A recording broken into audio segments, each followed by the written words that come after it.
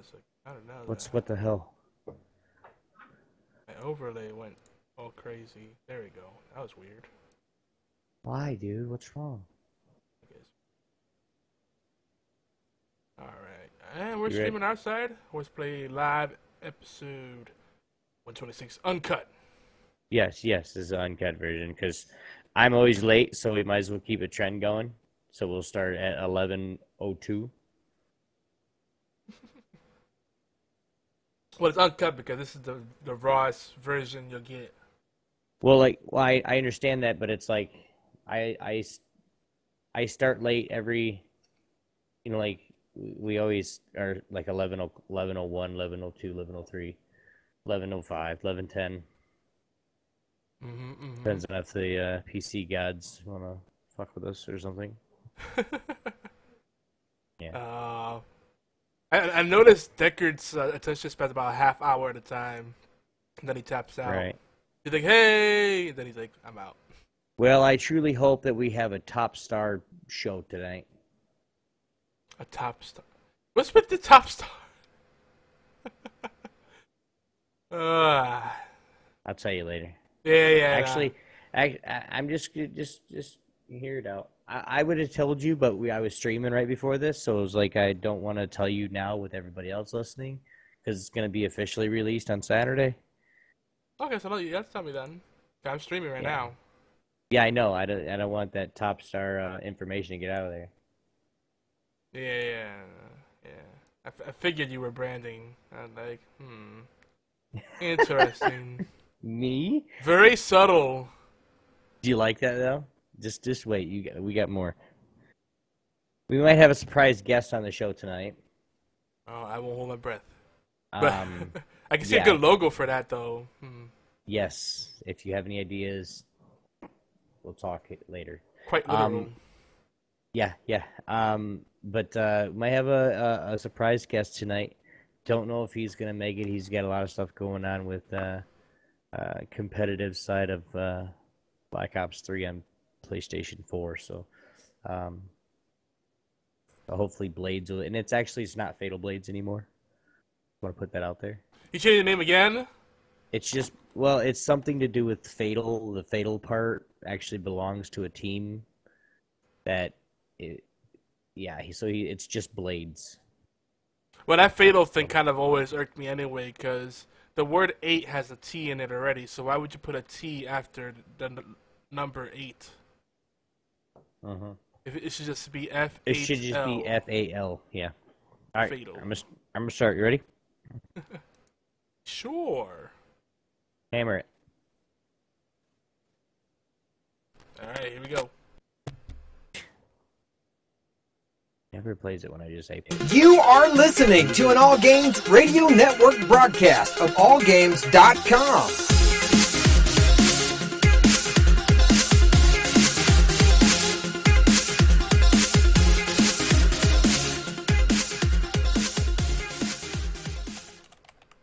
Hi, this is Normie from Knuckleballer Radio and Zombie Cast, and you're listening to one of my favorite shows on the Geeky Antics Network. Don't forget to check out the rest of the gang over at geekyantics.net. Warning, there might be rants and food ahead and possibly inappropriate behavior. Don't tell anybody though.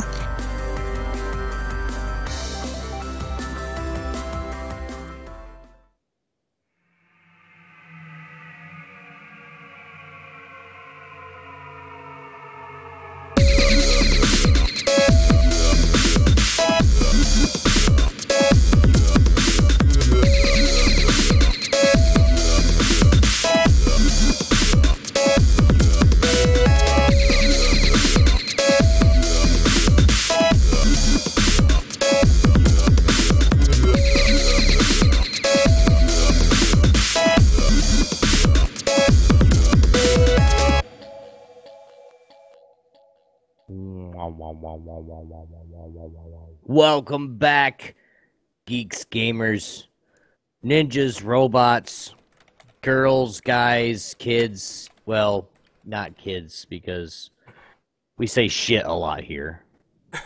But it's HorsePLAY Live. Today is Thursday, May 12th, That's confirmed. I have to check every now because Yogi fucks me sometimes. 2016, and it's episode 126, entitled Obi Spaces Out while we talk a little anime.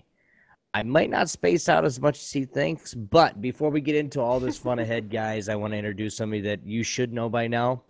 If you don't after 126 episodes, something's wrong. You're doing it wrong.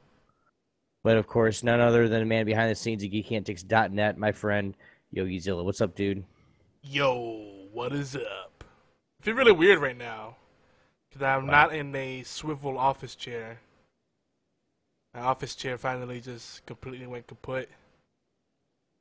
I'm quite comfortable. I'm gonna have to get a new back cushion eventually. Well, yeah, for $300+, I would hope you're comfortable. I'm very comfortable. I hope that chair massages your balls and does your taxes for you too. That's what my wife's for. Nobody. Minus the tax part.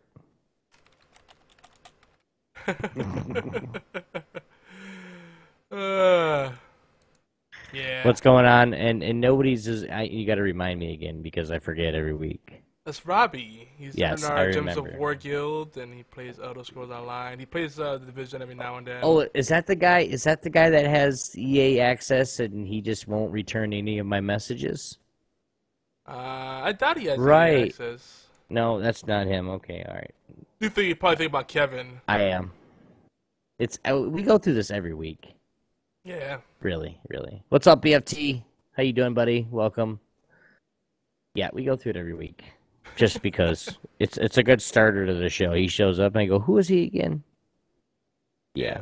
Well, don't feel bad, folks. If Obi doesn't remember you, the only reason he remembers everybody's names is because he has his wife and kids wear shirts with their names on them. You know, he even has his name written in his own clothes, so he remembers who he is. Just because Fifi has a shirt that says Fifi on it does not mean I need that to remember her name. Obi, I'm pretty convinced that every day that you live, you go through your own version of Memento, where like you're reading your arms and like, where am I? Like, and then you see the message you wrote, and you're like, okay, I'm a streamer. Okay, I'm a dad. All right, I have a beard. Oh, I have a beard. Dude, I swear, I probably get that way sometimes.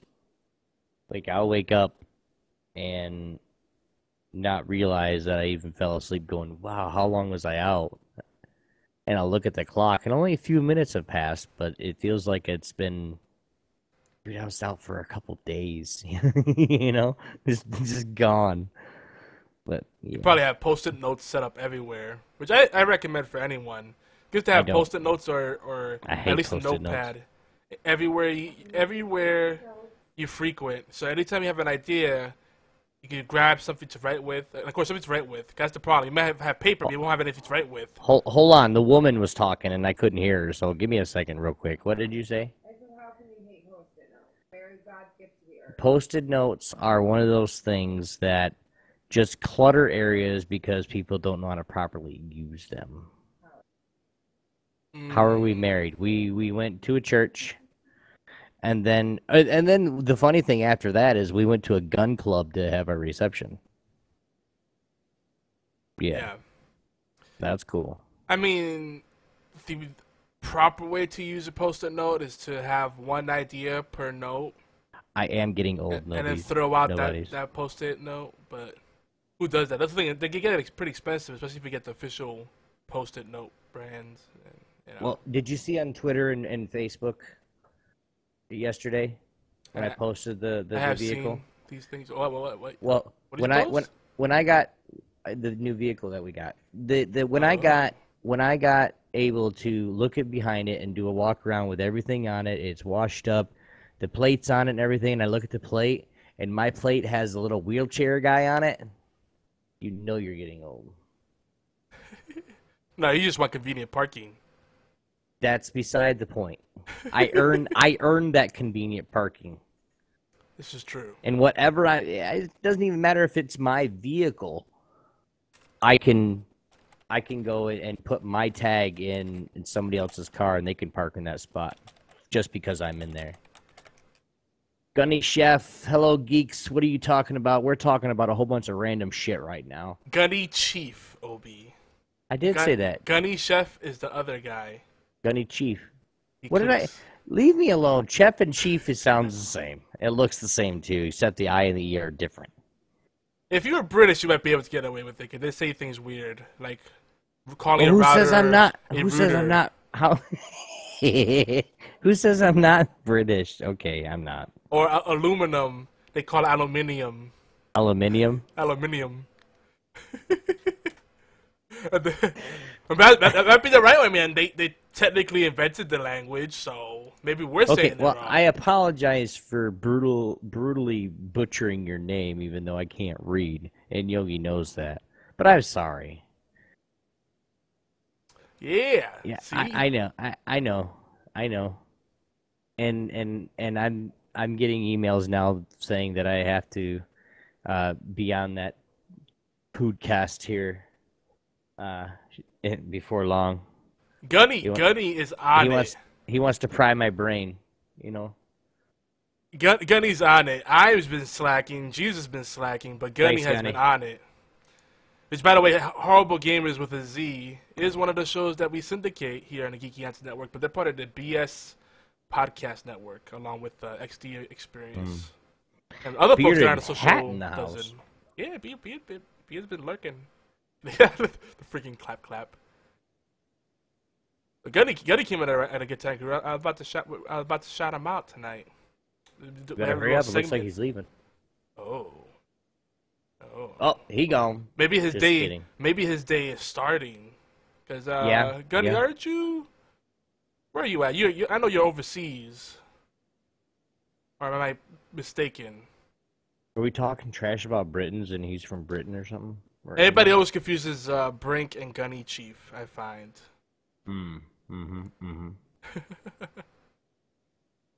Gunny's like, oh no, how dare you?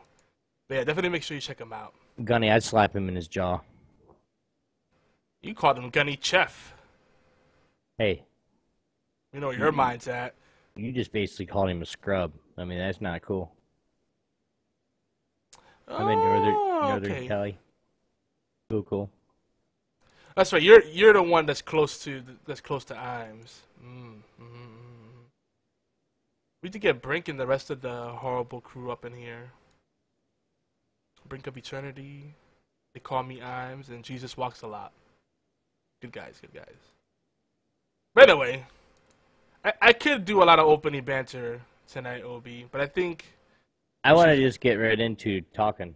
yeah. So let's talk about what's going to be at tonight on the show. Since that was asked already in the chat. Okay. Tonight on the show, guys, we're going to have a top star show tonight.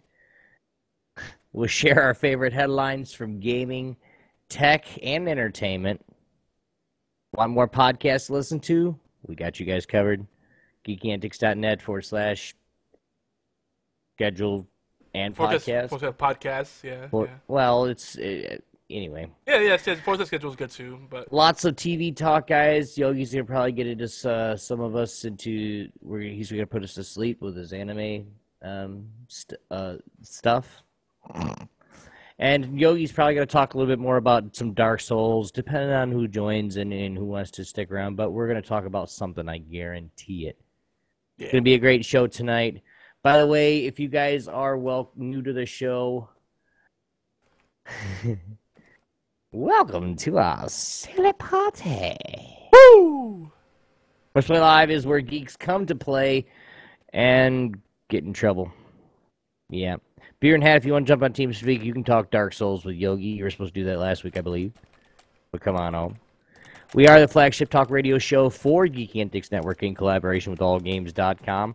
Our show covers all the aspects of geek culture, with a special focus on indie strategy games, technologies, rants. Sorry, I messed up. Rants. Issues that geeks face, and community events that we try to put on or be a part of. You sound like that character. You sound like that character from Bad TV. Remember it was the one with the really thick glasses? Rants. No, she'll go, ahem! Like she didn't respect the personal space. Remember that one I'm talking about? Yeah, no. Sometimes we even talk about tabletop and retro gaming and food. Why? Why do you talk about food? Because we love it. It's because Gunny's chef is here.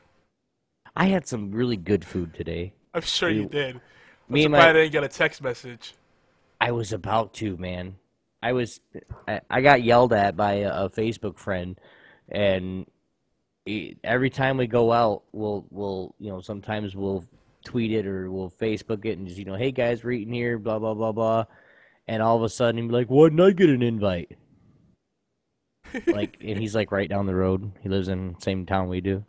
It's just, all right, dude. Next time we'll invite you. But it's funny. See, I don't have to worry about that because I don't really have that many local friends anymore, to be honest. Most of my friends are at least 2 or 3 hours out. Damn. So, kind of convenient.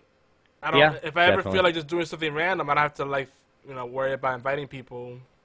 I could just go and do it. And I have to worry about why didn't you tell me? I would have joined you. You gonna make a 3-hour drive? Right. Well, this guy's right in Holland too, so it's yeah. This part of the week, the only time I leave is because my wife told me to.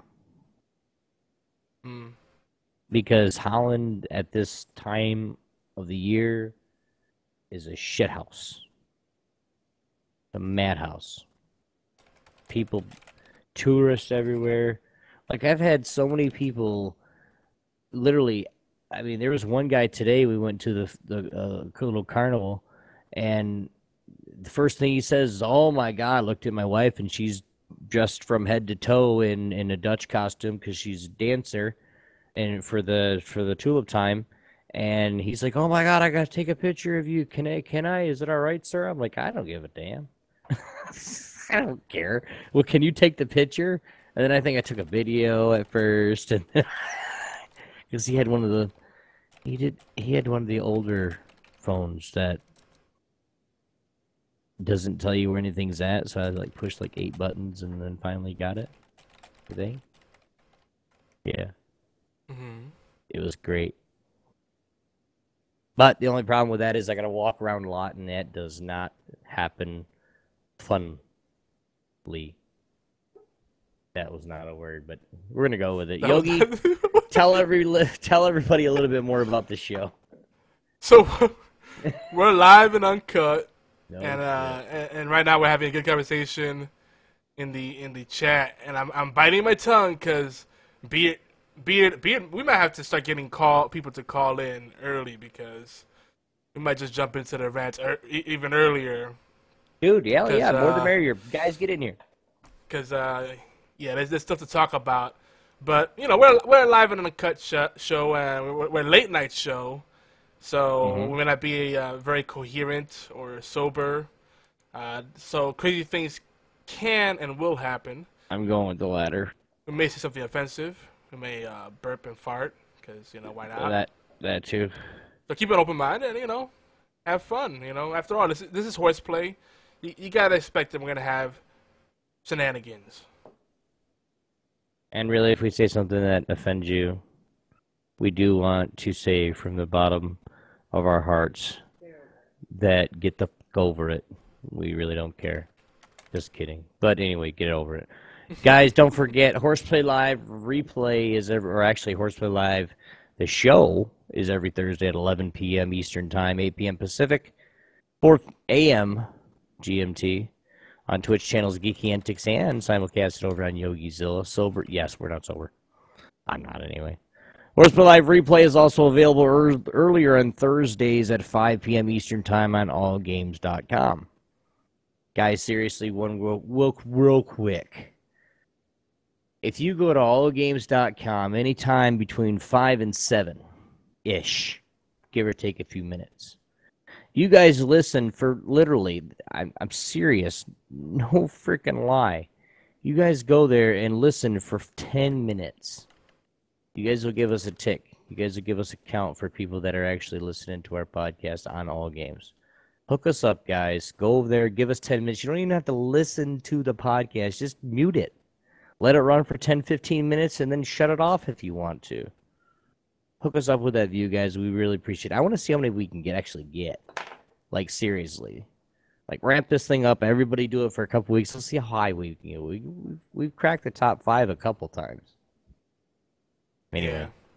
We're definitely always in the top 10. So imagine if even like 10% of the people that download us through iTunes, Stitcher, TuneIn, Player FM, wherever you get your podcast, if you tuned in via all games, that still count to our overall downloads, streams. So it'll still help our numbers, but it also support, our unofficial sister network. We're not partnered with all games, but they're definitely part of our community. We love them. It's a mutual thing. We got Geeky Antics, but we still throw love over to All Games because All Games was one of the first out there, one of the pioneers. Right. And the good thing about it is actually All Games is throwing the love back, which means a lot. By playing our show, just showing love to all the different shows. Saying, hey, come over here and be on the show for an episode, or we get some of these guys and have some really good conversations, topics, banter, and just good podcasts in general. So we do want to give huge props and shout outs to the All Games. But we're going to keep this rocket ship rolling. Did not make sense again, but we're going to go. It's time for the obligatory news and rants. Ding! You're late. Oh, new video cards slightly announced. Whatever. New video cards announced, guys. I saw this, or somebody saw this the other day. VFT, actually. I wanted to make sure we hit it up. The NVIDIA 1070 and 1080. Now, I did a little bit of research. I think I put a little graph in here. If you guys want to check it out, what I kind of came up with, it's right in chat for those that are actually live. For those, if you guys listen on the podcast, sorry, you didn't make the cut. I don't know. But basically, it's price ranges are from $380 to $800, already cheaper than the Titan X. The 1070 and 1080 has less power consumption, and it actually has better CPU. It actually has better processing power than a Titan X, guys. You guys know that whole thing like, oh yeah, I gotta get a Titan. Like, this is better than that now. They finally made something that's actually better than that. Whether you're a Team NVIDIA or Team Radeon, this is finally gonna put the PC market in a little bit more competitive place. It's gonna, I'm an AMD PC guy, not because of the the CPU power, but it gives me a great computer at a really low price. And I'm not any richer than anybody else. I mean, when you like that, you got to have a budget. So, but to have that and to be able to get one of these cards eventually is going to be amazing. Because then then my graphics is taken care of for a really long time. So we'll see what happens with it. What do you think about Yogi? I'm not an NVIDIA guy, so I'm probably going to get a bunch of people to be like, what? I've had nothing but bad experience with NVIDIA in the past. And every time someone gives me a rave review, they're like, get NVIDIA, it's the market leader. And it's just bad experiences. Radeon, I've had just much better experiences. But, that said, even if I don't jump on this in the future, I think these price points are finally where they should be at. Yeah, but even if you don't jump on it right now, and that's something that you're not gonna do unless somebody just says, "Here, Yogi, I want you to have this," you're gonna still even if you do buy it, you're gonna be waiting two or more years to get it anyway. And that's it. At that point, that's it. If you just say, I don't even need it anymore, I have something that's okay. Well, I mean, they're coming out like this month, actually, if I'm not mistaken. End of this Yes. month. So, depending how soon people are ready, and it's good to wait it out.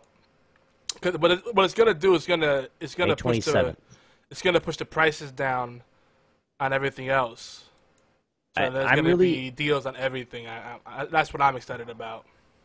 I was gonna say that too, but the one thing that I'm most excited about is this being NVIDIA, for the fact that this high of a processing, what am I looking for? This quality of a GPU that you can have at such a low price is gonna throw all the AMD stuff, like all the high-end AMD stuff and NVIDIA stuff, and it's going to throw it down into the dump.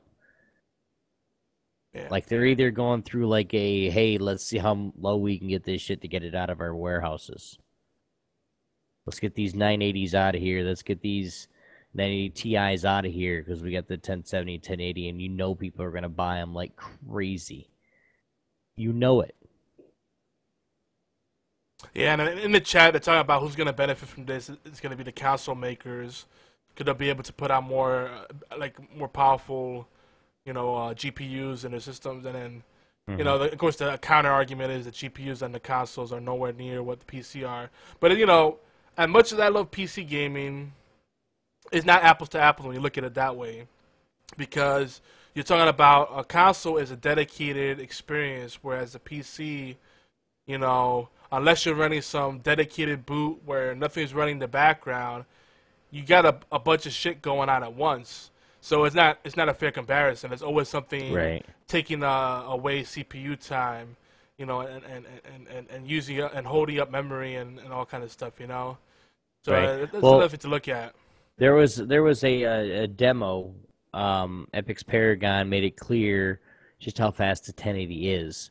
When Hong pulled up the guy that one of the he's the president, I believe, the GPU stats, it was running at 2.1 gigahertz and the memory was running at 5.5 gigahertz. That's faster than any GPU today.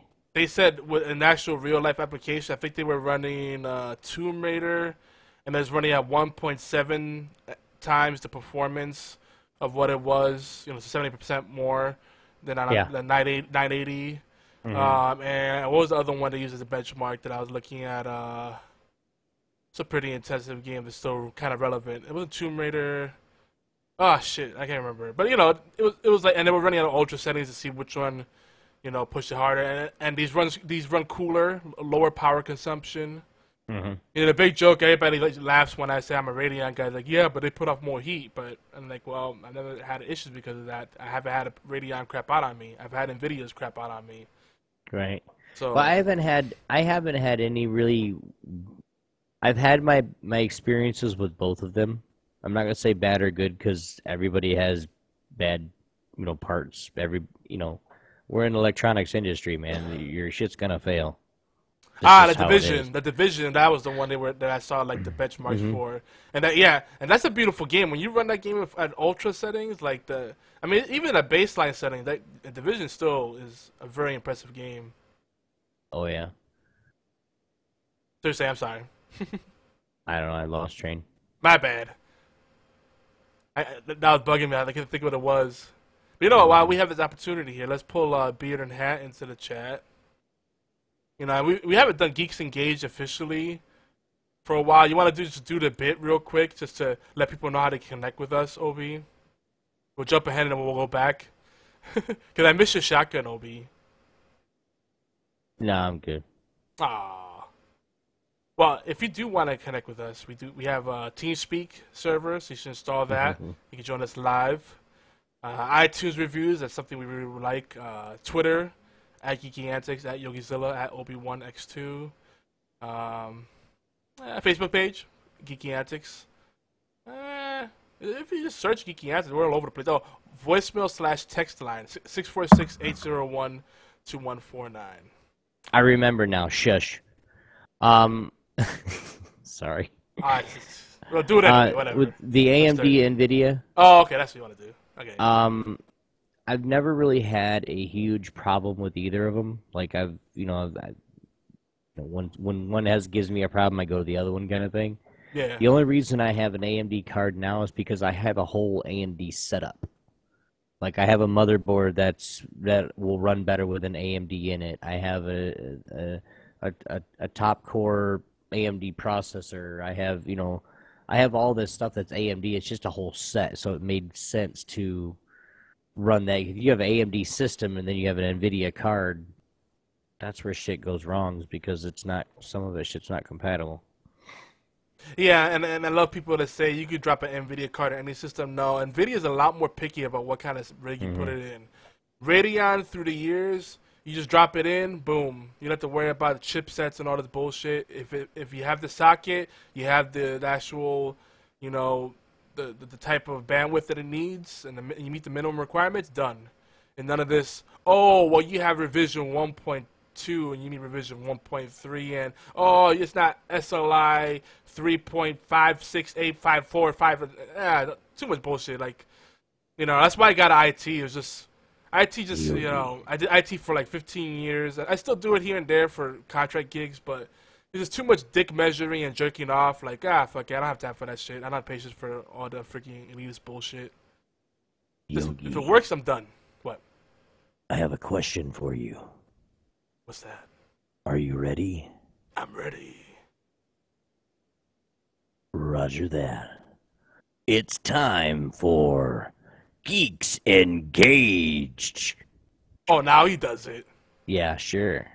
Too late. And welcome to the Geeks Engaged segment, guys, in here. And we want to welcome, as soon as he unmutes his mic, Beard and Hat. What's up, dude? Not much. How you guys doing tonight? Well, I'm doing just fine. How are you? I had to mute the mic so I didn't cough into your ears. I thank you very much, sir. You do appreciate that. That's a very creepy voice. I'll show you a creepy boy. Now we're just going to do the ASMR portion of the podcast. I guess so. But we're going back to the news, though. And we brought you in just in time, Beard. Mm-hmm. Nintendo NX. Because we felt sorry for you. This is Nintendo A lot of people NX, all right? This is Nintendo NX business. I know you're still a big Nintendo fan. Probably one of the few advocates that we know of, personally. I try. They have... Now, a lot of people are reporting this as a release date of March 2017. But it's a tentative thing, because people are basing this off of the release date of a possible launch game. I.e. Zelda, which has been delayed. So what are your thoughts on the Nintendo NX? Is it going to come out in the release window? What do you think it's going to be? Real quick, this is your 10 seconds of fame. I'm thinking it wouldn't surprise me if they go VR. That wouldn't surprise me at all. But I think it's going to be another gimmicky Wii U, just slightly beefed up. And it's not going to be received well, the same as the Wii U. And they're doing the same thing with Zelda that they did with Twilight Princess. Well said. Twilight Princess, they were like, oh, you have a GameCube, we have this game coming, we have another Zelda coming for you. Oh, we have a new system coming out now, so we're going to delay this Zelda game and put it out on both. Yeah. Enjoy. Yeah. Well, one version was very different than the other because they were flipped maps, so that changed the game completely. Oh yeah, absolutely. Because Link is left-handed unless you're playing on the Wii. Crazy. Wow. A flipped map, man. Changes everything. Yeah, when you play with him left-handed, he has a tendency to trip over things and cut himself more for some reason. I don't know what that's about. Well, if I had to be left-handed, I'd probably cut myself more too. Sorry, baby. He's left-handed. I forgot. All the cool people are right-handed. Well, left-handed people do tend to be more creative. I can use both. Ooh, you're officially like full on ambidextrous. I was until I got lazy and stopped writing with my left hand. My son is primary left-handed too, so I'm fucked either way. I can write with my left hand and draw with my left hand, but like if I don't do it enough, everything just comes out really derpy. Like, Yeah, you lose the ability because if you're right again? dominant, you just right dominant. yeah. Well, what did you say, Yogi? Do that again? What? I don't remember the sound that was it that? I don't even know. My son, he watches a show on YouTube, on that kid's YouTube, and they go, blah, blah, blah, blah, and he does it all the time. That sounds like Yeah. something on from a Nintendo game right there, like maybe a Dragon Quest game.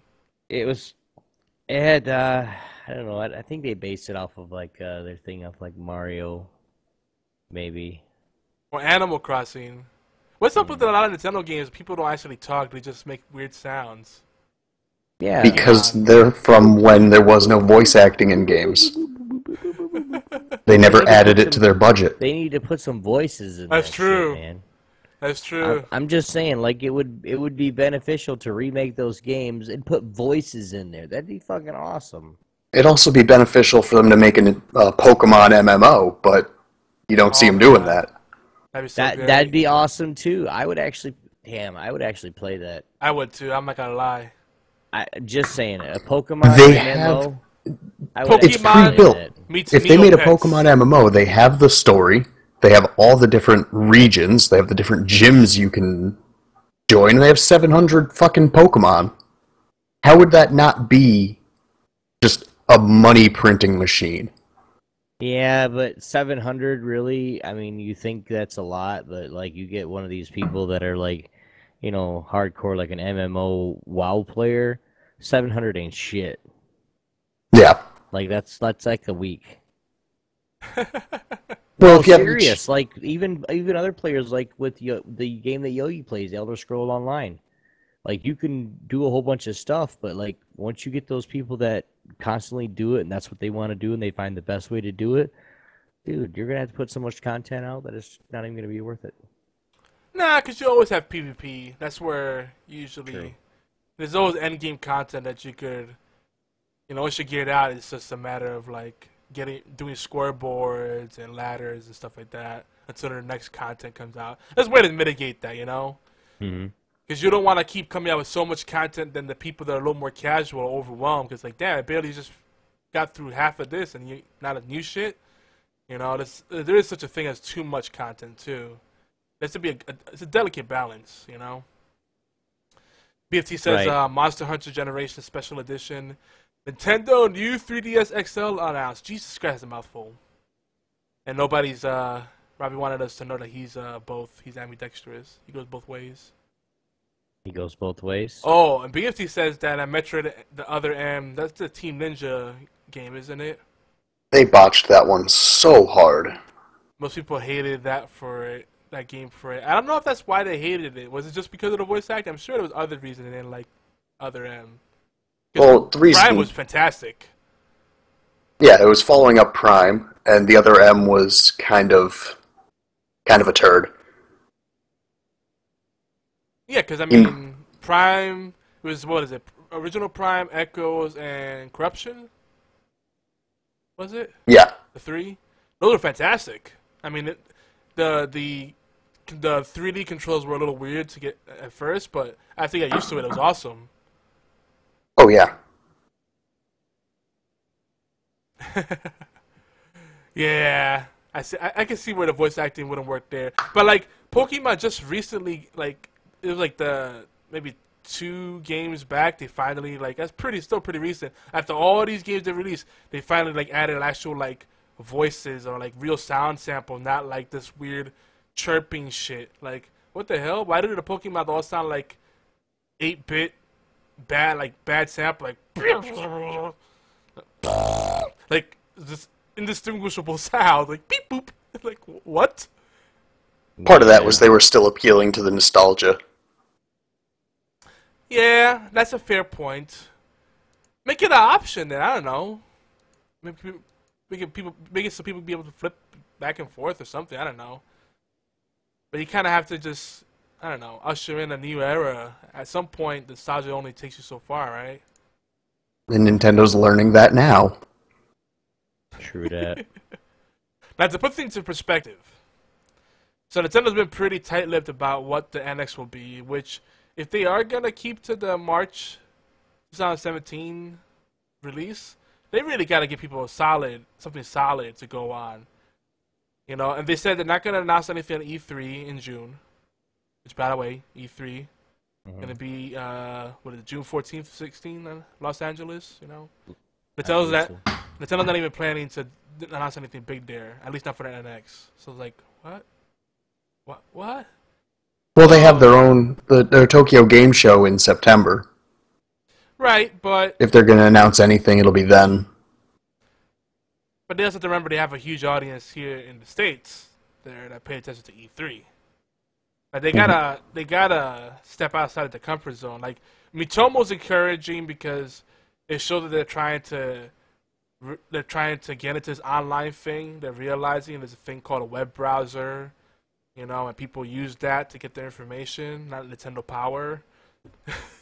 I mean, like they're just catching up now. Like, oh hey, our next game has dial-up networking. You could call your friend through the phone line and play with them online. Like that's gonna be Nintendo's next announcement. Like, and it's like they're going backwards sometimes. Right. BFT says it's not the nostalgia that's killing Nintendo. It's their belief that they need to innovate everything they touch. That's a good point, actually. Now, here's the thing with that. The Wii U, everything that Nintendo made for the Wii U was great. Same with the Wii. Everything that Nintendo made worked well and was well thought out. It's the third parties that don't. They just don't get it, or they don't Measure want up to because it's too standards, easy. Probably. What's that? Maybe measure up to the standards of Nintendo. Yeah. Or don't hold deadlines like they're supposed to, and it screws Nintendo for some ungodly reason unbeknownst to anybody else but them. Yeah? Yeah. All right. Well, I think if you look historically, the times that Nintendo has been the most successful, it's when they've taken risks. But there's a difference between gimmicks and innovation. We talked about this before. You know, if they create something that really changes the experience and enhances it, that's great. You know, if it's something that's tacked on, like, you know, BFT in the chat's talking about Star Fox Zero, that it would have been a perfectly awesome game. It would have been a upgraded version of Star Fox 64, which is beloved, but for the most part. But if they mess with the controls and it messed things up, you know, Right. they had that whole weird cockpit view, and they try to do this kind of pseudo VR. You know, I mean, if you just to put in perspective, Wii U has sold around 10 million units worldwide. That's less than half of what the GameCube sold, which the GameCube didn't do stellar, but it still did well. And the Wii sold like 100 million plus, something crazy like that. Yeah, but the Wii U is already half in less the time, so I don't know. I think the Wii U can still come up and sell more in the near future. Well, the Wii U It could have. now, yeah, the Wii U is pretty much a done deal. Like the moment they made the Nintendo NX announcement, Wii U is pretty much dead. The only way they can salvage that and give people confidence is if they cannibalize the Wii U for peripherals on the NX. So people that do have that tablet can use it for like a second screen experience, something like that. You know? Yeah, the handheld. Yeah. Yeah, that'd be a smart move for them. It's like something optional, but they'll still enhance it enough. But the people that don't have it won't feel like they're left behind either. Right. This is a way to have that happy medium. But we'll see. I like the spirit of Nintendo. I just feel like they're too stubborn and slow. Like they really need to do something really amazing, and not just like some big gimmick like scratch and sniff controllers. And if you scratch it, you know, after you load in this little cartridge, you can smell what's happening in the game. What? I mean, that's like something they would do. I would buy that for Cooking Mama. I would actually buy that too. Okay, maybe we would fall for that. I mean, I'm actually more excited about Smell-O-Vision still than VR.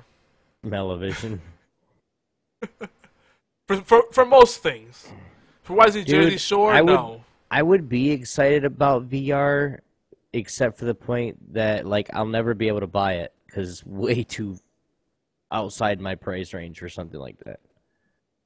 Like it just wouldn't happen. BFT points out that Shigeru Miyamoto needs to retire because he has blatantly stated that he will not make a game that the fans want. He wants to innovate to make it unique, and that fans need to learn to play their way. That's kind of Nintendo's attitude. Like, we're Nintendo, we do things our way, and these are our rules. Deal with it. And for the most part, people just take it. Funny thing is it's working. So, like, why fix something that's not broken? Oh yeah, if Sony or Microsoft took that stance, forget about it. Like I said, They're screwed. Nintendo's not competing with anyone but themselves. That's the reality of it. No one Right. goes, should I get an Xbox One or the Nintendo platform? You know, that conversation doesn't happen. It's a no-brainer. I mean, well, no, it doesn't happen because the different experiences. That's like, you know, Right. saying, do I want this sweatband or this apple? Like, they're not even similar things. I mean, Speaking unless of- you put apples on your head, then maybe. right. Speaking of Xbox One, Call of Duty Infinite Warfare will be set in space somewhat. Not going to be really any flying. I was looking at some pre-release stuff, and then, of course, the intro and all that other stuff that was going on. And it's something that is going to be really, really, really, really cool. Set in space, but what the fans really care about is the remastered COD 4. That's basically what it's going to be. Hopefully it'll be great. I am going to be playing that one when it comes out. Let's hope they get rid of Martyrdom. Yeah. Martyrdom wasn't that bad. Now, this next one, guys, I want you guys, this is a kind of a topic right here that I want to talk about. I want to know what you guys think. Battlefield 1. Controversially, we'll go back to World War One. What are we doing? Yogi, what do you think? So, you know, Call of Duty series is going more into the future, and Battlefield is going back to the past, so... I don't know why Interesting choice. Battlefield keeps doing this, man. Why? Because everyone else is doing future. Yeah. And it seems like the Battlefield games don't want to go in that direction. That's why they tried with Hardline to go in a different direction. And They don't want to go. And Hardline failed monkey dicks. And Hardline wasn't really a Battlefield game. It was a game that had Battlefield slapped on it last minute. That's really the big problem. I think Hardline would have done a lot better if it was like marketed differently. Don't call it Battlefield. I don't know. Call it Cops and Robbers. True. It would have done better as an expansion pack to Battlefield 4, but it was too close to the Battlefield 4 release. So everyone was just burned out from playing hundreds of hours of Battlefield 4. They didn't want another one. Yeah. That's another thing too. I feel like Hardline has always felt more like a $20, $30 game, and again, it kills me. Like all these games releasing at full price. It's free with EA Access right now, man. Okay, yeah, now, but like still, you have to pay it to some degree. You're limiting your audience, and without people actually playing the game online, what's the point? Well, campaign, stop it. Right. But, I actually got it off EA Access, and I was just, no offense, I was just so displeased that it was just like I don't understand why they even made it, kind of thing. Like, especially within the time frame that it actually came out, and it was just I don't know. I can't explain it. What I'm trying to Hardline was literally already like pretty. I think it was pretty much done when EA approached the dev studio and said, "You know what? We'll make this the next Battlefield." That's literally what happened. It wasn't developed as a Battlefield game. It was just kind of, tweaked a little bit and said, "Oh, this is Battlefield." Right. Yeah, because it doesn't have the Battlefield feel. It has more of a Call of Duty feel, if anything. Now, the interesting thing too is that we've seen a lot of World War II settings, but we haven't seen many World War I settings. So that's another that could be interesting and stuff in itself. BFT's like triplanes, dude, triplanes. Robbie says Battlefield. At least they're listening to the fans. And I think people. There's the camp that says it's gonna be boring to go back to the old stuff, and there's the camp that says, "Thank God, I'm tired of all this futuristic shit." See, 10 years ago, you had every game was World War One, and everyone just wanted something fresh and modern, so they trotted out Modern Warfare. Wasn't it more World War II? Yeah, it was World War II, rather. I'm sorry. World War II, yeah. But World War One, that war, it was trench warfare. It wasn't a lot of run and gun. It was you dug a hole and you fired over that hole. And not exactly compelling. No one's gonna be really playing that that way either. It's gonna be a bunch of people like jumping out of the like little trenches and the foxhole and be like, ah. Mustard gas. It wasn't compelling like World War II, which was more ground warfare. Right. Yeah, there's a lot more stuff going on, a lot more Zeppelins. variety. BFT said Zeppelins, but if you want Zeppelins, you need to go play the, what game is that on PC? With the, Guns of Icarus online. Guns of Icarus, yeah. Yeah. Oh, we got someone else who wants to join us. Okay, you got it. All right, cool. Obi's on it. Go ahead. So I think Battlefield 1 is promising. You can come in here anyway. You bring yourself in, dude. Shit. Well, he's waiting for a good introduction. That's all. He's being. I ain't introducing Harry. Oh my goodness. You introduce Harry. So anyway, overall, the funny thing is, most people prefer Treyarch over Infinity Ward. But the fact that Call of Duty 4 Remastered is going to be part of this package, and they're saying it won't be available as a standalone purchase, which is bullshit, and eventually will. Sucks.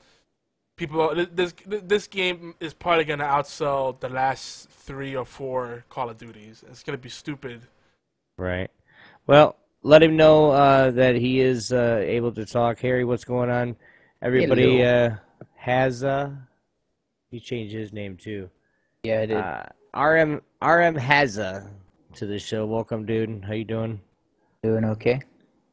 We're talking about something. Just chime in whenever you feel the need. Well, I heard World War I games, and I instantly went to... I play a game, and it's called Verdun, and it's 1914 to 1918, I think.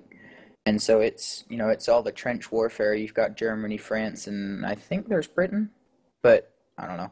But it's all trench warfare, and, you get yelled at and whistles to go out and charge across, the no man's land, and then there is mustard gas and all that, and so that's what I thought of. Well, the good thing about mustard gas too, if you have some bologna, some bread handy, you're ready to go. No, too soon. Wow, you're a fucking nerd. Not exactly. I'm sorry, I had to use. I was sweating bullets. I was like, I had to make the fun. I had to make the fun. There's a few. I think there's a few World War I games out there that I've played. I think Verdun may have been one of them. What was that other game we were playing, Obi? They had the really shitty single shot rifles, and you had not even Lugers. There was really everything was really shitty. What was that game? And there was no fully automatic weapons. It was all I don't remember really playing a really shitty game like that. Well, it wasn't shitty. It was actually fun, but you're basically using pea shooters at each other. I don't remember the game though. Yeah, I don't remember either, man. We played that briefly. There's been a few of them out there, but still, it's usually World War II, because World War II is like sexy as far as like storytelling goes. Not that I'm saying the events were great. I'm not glorifying that. That's because the Nazis are the ultimate bad guy. They have been for the last 100 years. That's true, and like a lot of like fictional characters are based off of Nazis in some degree. They just kind of twist it up a little bit. Yeah, oh, these are not Nazis; they're zombies. They just happen to have swastikas on them. Yeah. It's Hydra. It's not the Nazis. There you go. That's a very good example right there. Oh, dude, that show is getting so fucking awesome. Hopefully, we'll get to that. We do have to talk some TV. I'm spilling the beans. Spoilers at this end of this show, motherfuckers. I'm tired of not speaking my mind. All I want to do is speak my mind. What are we going to spoil? It's a little TV. DC Legends of Tomorrow. Oh. I'm just kidding. Darth Vader's Luke's father. Oh, yeah, I've heard about that. Dude, why? I think I saw that on Imgur. I was like, damn, mind blown. Also. Totally lost. Yogi, your mind's blown within seconds. Mm-hmm. So Harry, I'm lost too. It's okay. Okay, at this point, I don't even know what the hell you're all talking about, so... We don't either, dude. That's the fun part. That's part about this whole thing, right? That's right. Yeah, dude. We have no fucking clue what's going on. Just chime in when you feel need. Bad Company 2 was really good. Bad Yeah. Company 2 was a good game. All the destruction in that game. Oh my gosh, yes. Yeah, if you did it right, you could, like, damn near topple a whole building and everybody inside it.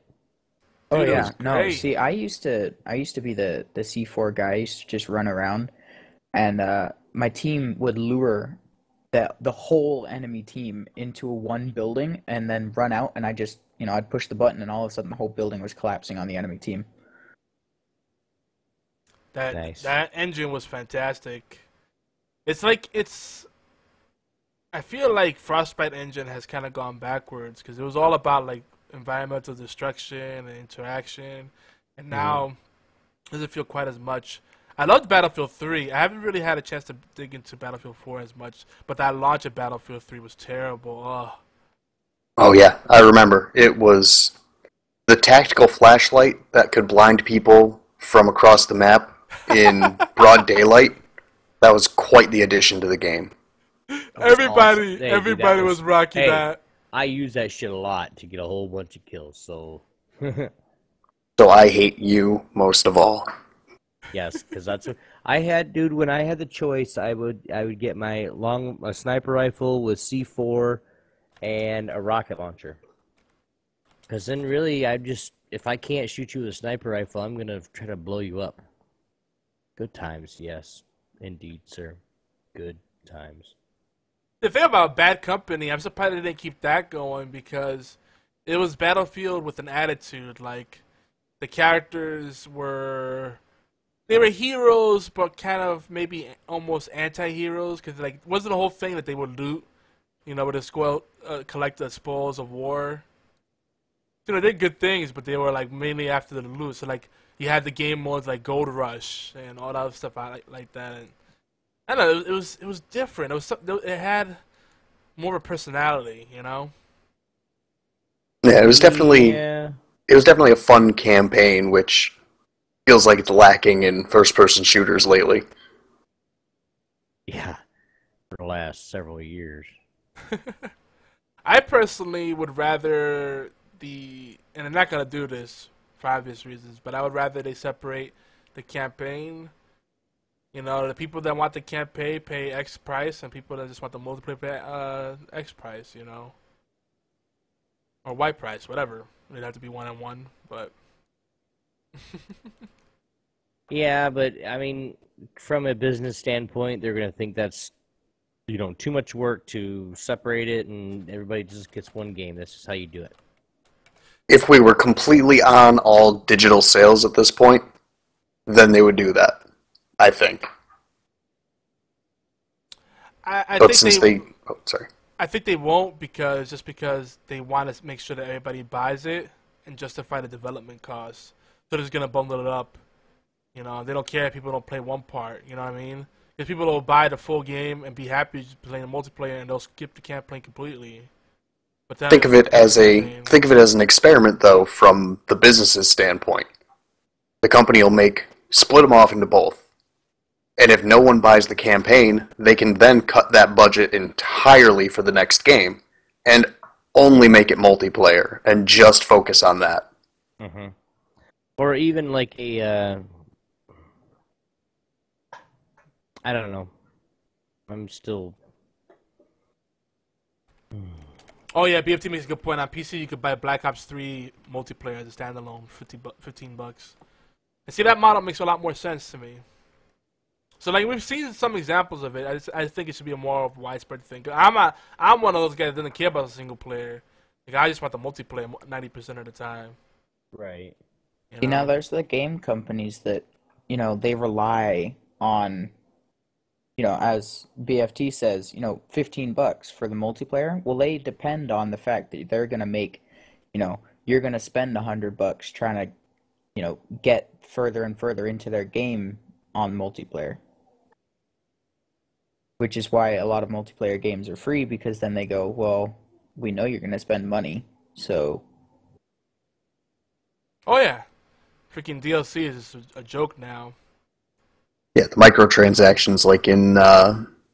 they put them in the last Call of Duty with the supply drops with actual weapons in there. Oh god, yeah. People like...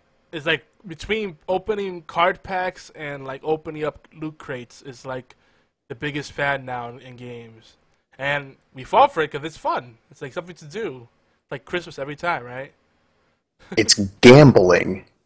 My mom screams at me every single time I spend a penny on an online game. Oh yeah, it adds up over time. Yeah, it does. Yeah. So moving on, movie stuff. Ratchet and Clank movie got slammed by the critics. I mean, I'm not even gonna say what the Rotten Tomatoes rating was or what it had on Metacritic, but I'm hearing good things from the gamers, the gaming community. So people are digging it. I'm not a big Ratchet and Clank guy, so I can't say anything about it, but I know people are talking about it. Hey, got it, Chief. Have a good night, man.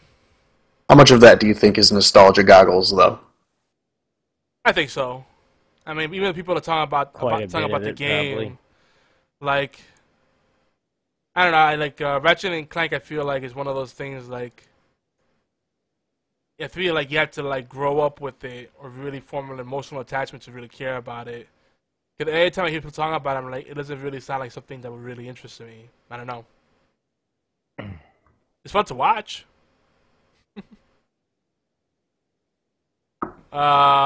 Anybody watch Civil War? Oh, yeah. Oh, yeah. Wait, what? The Captain America Civil War. Yeah. Oh, no. They got. I haven't seen it. I haven't seen it yet, but they got like a 96 on Metacritic. So. Did you read the comics? No. The Civil War? No? No. Do that. The Civil War comics were probably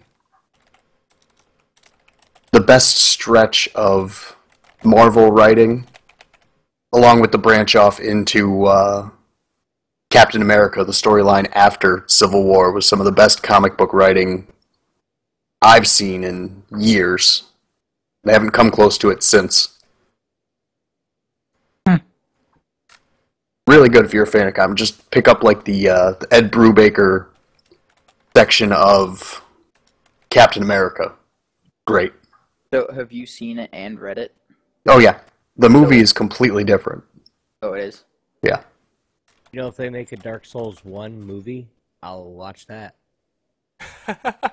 'Cause, no, I'm not saying the content is bad. I don't like it. Like, I love the content. I love the knights and that old, you know, the old school content and stuff. But I just don't. I don't know. It's just not something I want to spend money for right now. I think the appeal of Dark Souls though is that it doesn't really tell a story. Like, people say that it's this rich universe, but honestly, it gives you a breadcrumb, and then people take that and make this elaborate story out of it.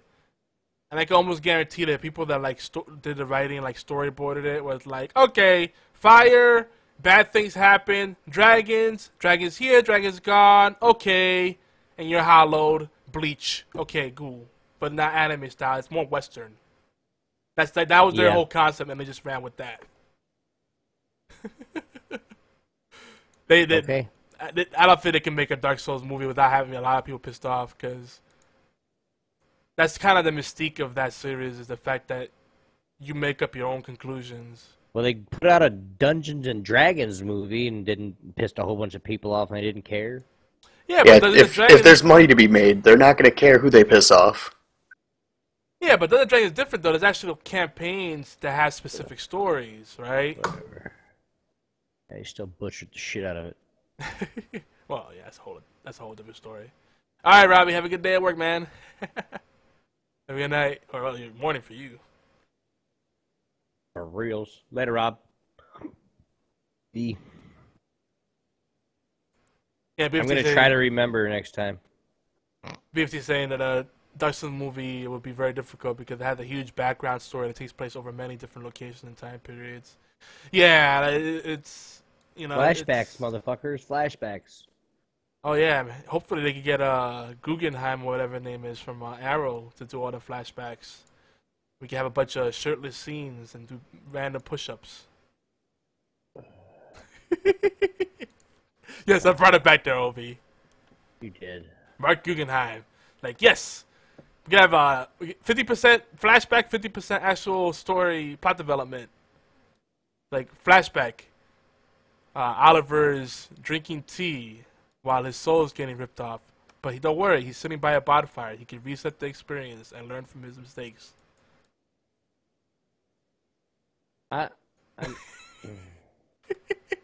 Okay.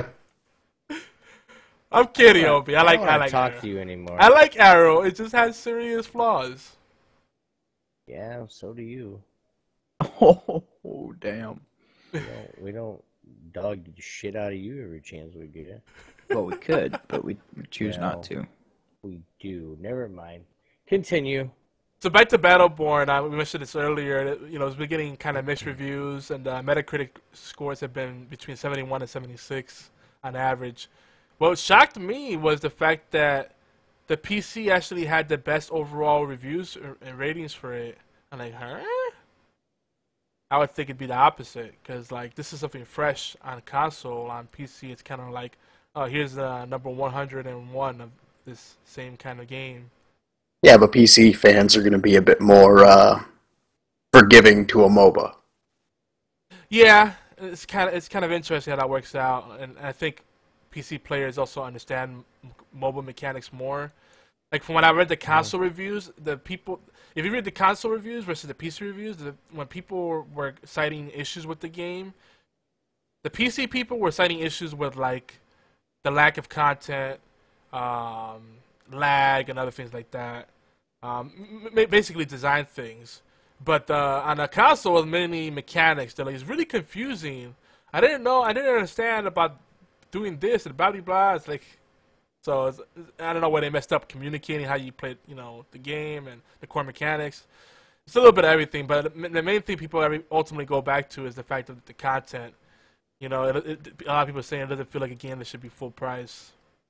It's great, but when you realize you paid X amount for it, you're like kind of bitter about it. That's how I've felt about most games I've bought in the last 3 years. Ouch. I paid $100 for Destiny and shouldn't have. Yeah. And I'm glad I didn't buy The Division. I still really enjoy that game, but it does have issues. It was just that bomb of they didn't know how to handle people taking advantage of them. Like they were just like, "Oh, what do we do? Shut it off! Shut it off! Don't give any free gear away." Well, now you pissed everybody else, and everybody else has now quit playing because you shut off the gear. Yeah. I don't do challenging missions just for that freaking reason. I just don't. There's no point in it. No, you still get rewards off of challenging. But they had shut off the things off of the incursion. That was the big thing. No, that's what I'm saying. The incursion, I don't run it because of. I said challenging. Sorry, I don't run the incursion because of the. I don't get anything from it. There's no point. Yeah, there's not really any point to do it if you're not gonna get any reward out of it. But they did bring that back up. But I think that game ultimately, like right now, I would ignore the PvP as much as possible. I don't find that part compelling. For the PvE, it's a rare game. There's not much like it out there. It's a shame that because there's PvP in there and it's tied into the PvE, and they have these exploits and these balancing issues, it's really, detracting from the core experience. So right. The PvP can be great, but it's not right now. But so yeah. Doom, as we speak, is releasing in most places, or has already released in many places. Yes. Doom is out 12/12 Eastern Time, East Coast. Yeah.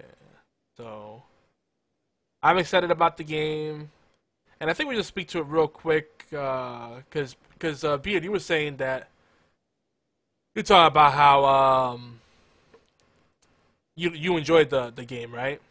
The beta. Battleborn? Or No, Doom? Doom. Yeah, I enjoyed the multiplayer. I actually had fun in the couple hours that I had actually hands-on with it. It felt like an old arena-style shooter. Interesting you say that too, because a lot of people were saying that they were expecting an arena shooter and not what they got. I'm like, what do you expect an arena shooter? Like, it has pickups. They were like, oh yeah, it has pickups, but it doesn't have weapon pickups. Like, oh my god, really? No, you pick a class, you go with your loadout, and you go. And there's shields you pick up health, you pick up the demon suit, which was fantastic. It is great playing as a Revenant. Oh yeah. That was the part that had me like, I kind of want to buy this game. Just that alone. Yeah, I don't know why everyone's shitting on it. I thought it was good. Yeah, I think it's a fun game. Honestly, it's different from all the other shit it's releasing right now.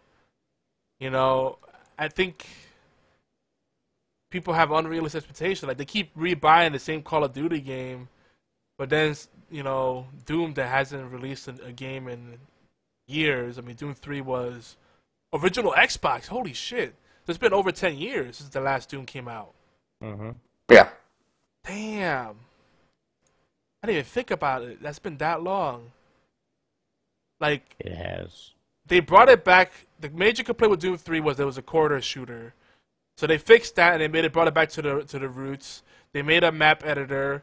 Like, it feels a lot like classic Doom with updated graphics. They may not be the best graphics in the market, but they're not freaking shabby.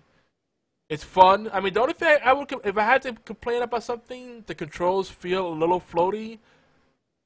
But that also kind of keeps true. That's whole true to like how old shooters used to be. Like, it's very like fast. You're kind of like sliding around everywhere.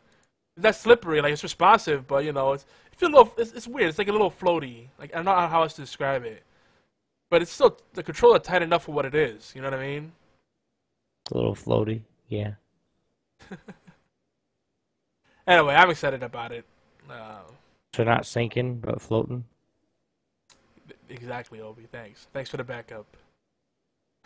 Trying to help you out, bro. Overwatch. I know Beard thinks this one is a stinker. We got 2 weeks. Here's the thing. It's not a stinker of a game. It's not worth the full price on console, first of all. The maps need some major retooling. And there seems to be some filler characters in there that could be cut out. And the game's shit if you're playing with randoms. If you're not playing with at least 2 people games, don't buy it. No, I said Beard, not BFT. Thought I was talking about him. Beard said it was a bit of a stinker. Well, actually, Yeah. your exact words were you said it didn't do much for you. No, not at all. I see that it's going to do well. Especially, I think it's going to do well on console, but I'm not paying $60 for that. Yeah. Yeah, I really don't want to pay $60 for it either. I feel the same way about Battleborn too. I mean, I know people say, "Oh, well, Battleborn has a single-player campaign," but again, the main draw is the multiplayer, and I feel like there's opportunities for them to do microtransactions, and they're probably gonna take advantage of that. So, and it's a game that's gonna be driven by a multiplayer community. Again, if you don't have, like, chances are if you don't have friends, like you said, if you play with randoms, it's kind of age because you want to coordinate at least with one other person. Say, I'm gonna run this guy, you run that guy, we can back each other up. You know? Yeah, and for the most part, when you're in voice chat in the group with the rest of your, quote, team, if you're with randoms, they're all just trying to get kills and that's it. They want to see their name in lights at the end of the match with the play of the game. Oh god, yeah. Which the play of the game, I feel like that's one of the opportunities. I feel like it should be something more like maybe capture someone doing a clutch.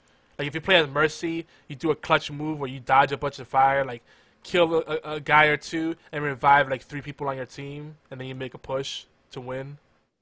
You know? Mm-hmm. That would be like really clutch. Yeah. Especially since their gun is kind of shitty.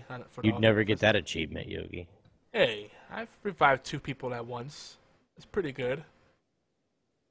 But, you know, Blizzard is usually really good about this kind of stuff. Like, the big thing with them, like, I don't know if you noticed, they don't really have, like, they don't have, like, a scoreboard of, like, showing how many kills you have and all that. So they're not a big focus on KD. It's a lot like Heroes of the Storm. So I like that. You can change your character in the middle of the match, so you're not stuck with the decision. That's real nice, too. Yeah, there's a lot of good things to do in there, but I agree, like, as exciting as the game is, it's like, once you think about, like, $59.99, and by the time you put tax, in most places you're spending $65 or more, then you're thinking about it, it's like, damn, that's rough. So, right. I don't know. It'll probably do well. I still have a feeling that it's going to do really well on PC and not so much on consoles for some reason. I kind of think it'll be the other way. I think on PC, the people will get bored of it and go back to playing Team Fortress because it's what they're comfortable with. It's TF2 remake. Yeah. Just saying. Right, but the thing is, there's also people that a major portion of the players, the user base, is going to be people that are already in the Blizzard ecosystem on BattleNet. Mm-hmm. So that's going to help our lives. Like, oh, I'm going to play a little Hearthstone. Oh, let me switch it up with this, you know. I'm going to play some StarCraft 2. Like, it's another game in their stable that you could rotate between, like, oh, World of Warcraft, you know. You spend So like an hour in the World of those people Warcraft. don't have Steam that they could just click over to if they want to shoot something as opposed to play cards.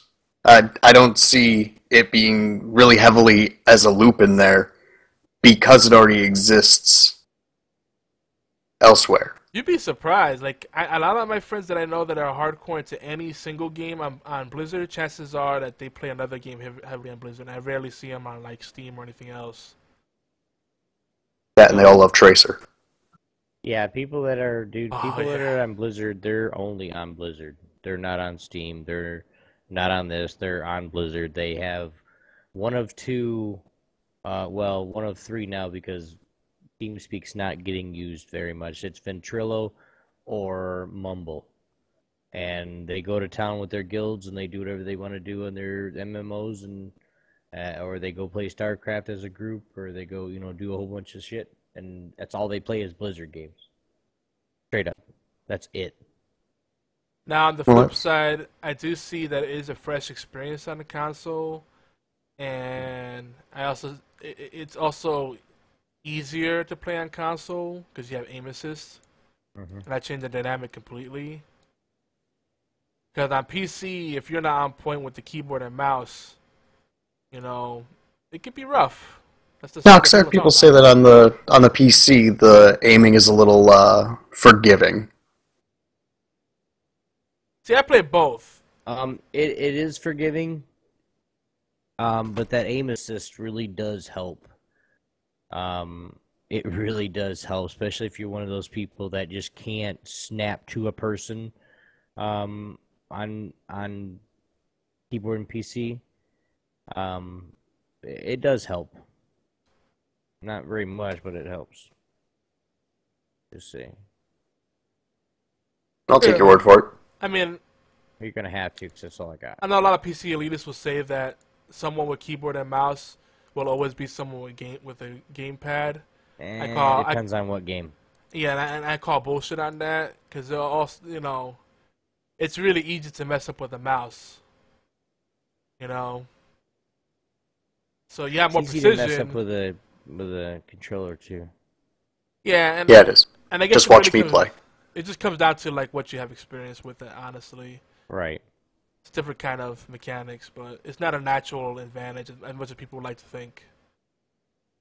Some last few news items here. So Twitch has a friends list. Okay, moving on. Twitch has also been integrated to Battle.net, so there's that. I think you get a little cool reward. I think you get something in Hearthstone if you integrate it. I forget. Yeah, Supergirl. Who cares? Supergirl is moving to CW. It's no longer a CBS show. And I was saying this from the beginning. I'm like, why is this show on CBS? This feels like it should be a CW show. Because they wanted it to be a big marquee show. And CBS realized that they just don't have that audience. Yeah. People are like, where's Tom Selleck? He did. Where's the crime scene investigation? What's going on here? He did. This isn't Bing Boing Theory. What's going on? They finally got Abby. All the time she's been kidnapped and damn near murdered, they finally got that bitch. Oh my god. Jesus. I didn't know what I was talking about. Sorry, Miss Chucho. Actually, Big Bang is another show that feels a little out of Kill place, but they have CBS is either like golf, like boring golf games. Hey. God, those announcers put you to sleep. You backed up Sitcoms. golf games, fool. And I prefer golf over baseball. I'm playing golf right now. I like playing golf, but guys, there's no way you can make that exciting unless you have a freaking Mexican going go like something. There needs to be some hype in that. Like I remember watching some golf games. And I'm like, Why's it gotta be a Mexican? Why can't it be a Puerto Rican? the few times cause we don't do the soccer thing. But anyway, Because Mexicans are the best announcers. Watch any international sporting event, and it's That's better with the racist. Mexican announcers. they bring True. the hype. They are the most hype. I'm just saying though, if you ever catch yourself on an afternoon watching a golf game on TV and you don't have some alcohol handy, that's how you know you've hit rock bottom. And I will pray for you. That's all I want to say. Well, you know what? You can. Cause that happened to me, and I was like, damn, I need to like do something, cause I must be depressed or something, man. I need some change in my life. That hurts you. It's okay, Opie. It's all right. What else we got? Some more comic book show stuff. So rumors have it that Marvel's gonna be possibly rebooting the Marvel Cinematic Universe, the MCU, because they feel it's become too dense. There's a good write-up on the potential paths they might take over at Den of Geek. I'll put the link in the chat. But the good news is we probably won't see this until 2019. We still got some They time. have to. They have to reboot it because the actors aren't going to sign on. And in Civil War, I mean, Don Cheadle and Robert Downey Jr. looked like they got hit with age hard. That's what people were saying. Well, I don't see a problem. I don't see why they just don't have the balls to freaking recast and keep the continuity going. That's what I would prefer. Because we're so invested in this. Now, if they feel like they need some creative liberty, I'd be okay with them saying, all right, the TV shows are no longer contingent with the movies. That's a really hard thing to follow through with, right? They're kind of a slave to the plot.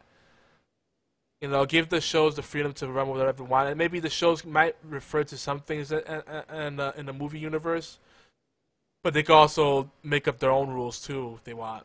That might confuse some people, but that's fine. I don't know if I agree with them doing that.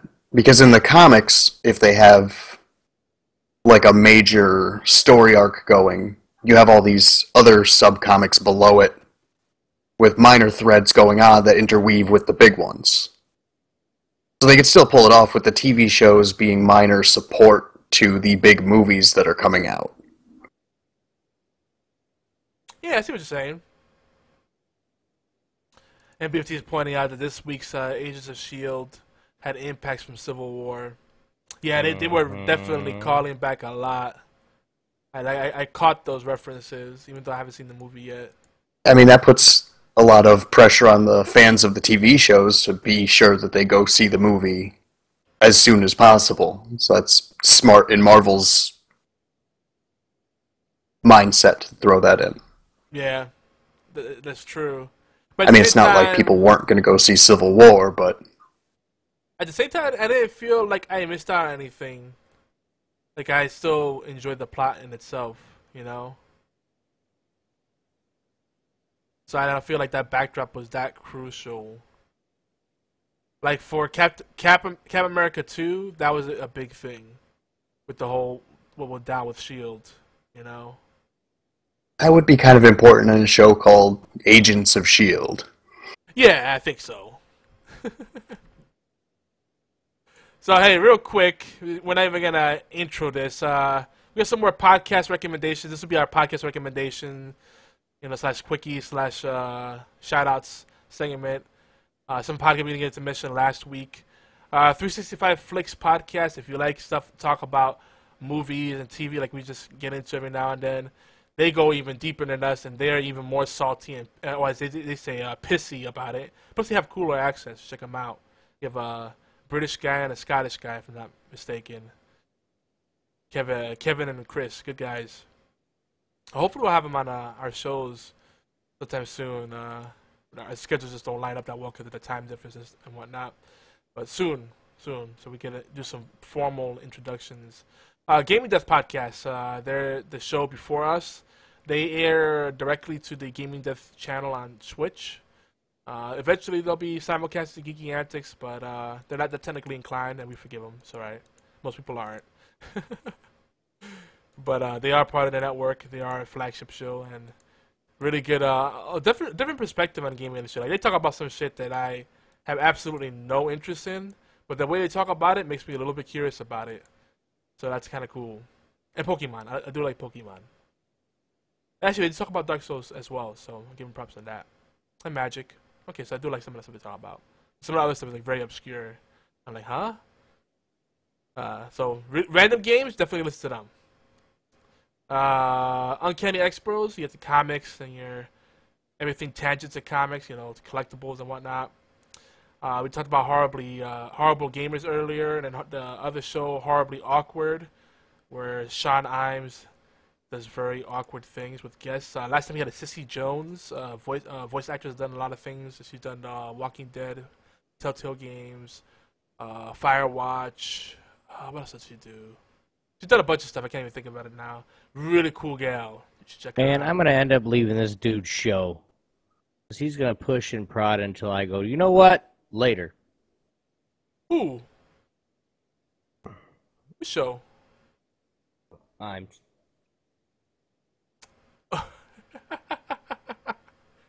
Where did that come from? I don't know. I don't want to talk about it. But you just...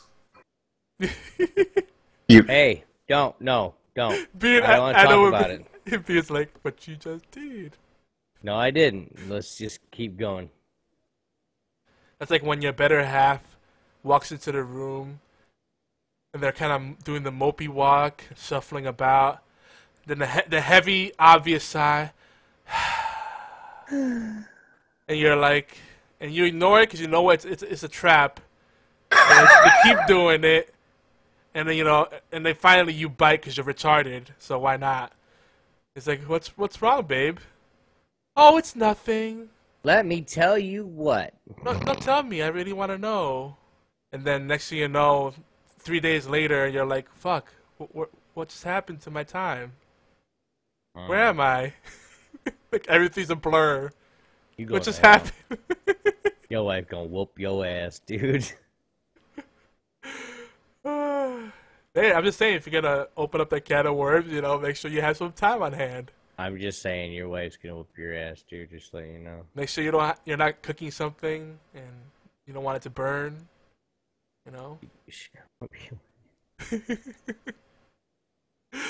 All right. NSF Wrestling, NSFW podcast. Mm-hmm. Cool guys. There's an asshole named Obi on there. Another guy named Fate. No, it's not Fatal anymore. It's actually just Blades. Okay, thank God. That's how you mentioned it earlier in the show. That Fatal thing was irking me for so long. I know, but still, that Fatal thing still irked me so much. The F8TL. And no, there's already a T sound in 8, in the number 8. So you don't need the T in there. It's a double T sound? What is it? I don't know.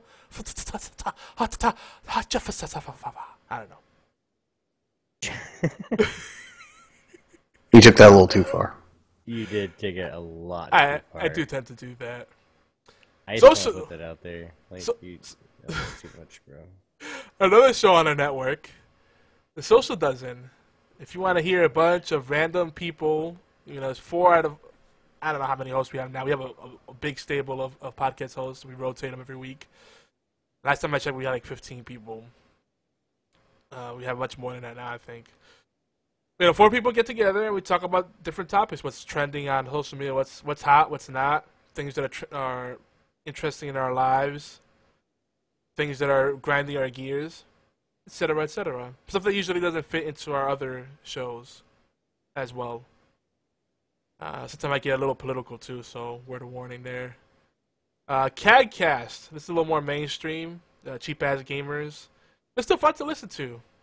It's kind of funny because they're the cheap ass gamers, but then they start talking about things like that I can't relate to. Like, yes, I just bought 2 Titan X's and I put them into my $4,000 computer that I have built inside of a rocket ship, and I'm having some performance issues. I might have to spend another $10,000 to get it working right. I'm like, huh? This is a misnomer. Like, you start talking about virtual reality. I'm like, nah, that's no longer cheap ass gaming. Those are mutually exclusive propositions. You can't. Well, maybe you should make one called Broke Ass Gaming. Just take all their content that they were talking about before they became rich, and then rich became cheap. That's true. That's definitely Broke Ass Game might be better because if you are spending money like that, you probably don't have much money afterwards. I'm assuming. Yeah, it's a good call, man. See that? That why people with $10,000 PCs only play Minecraft? God. They can't afford to buy any other games. So sad. Knew it. And not far from the truth. My last podcast recommendation is Elder Scrolls Off the Record, because even though I don't play the game much these days, because I can't afford that kind of time sink, I like hearing about the community. It's a very interesting world, very interesting game too. You guys have any podcasts you want to recommend? Nah.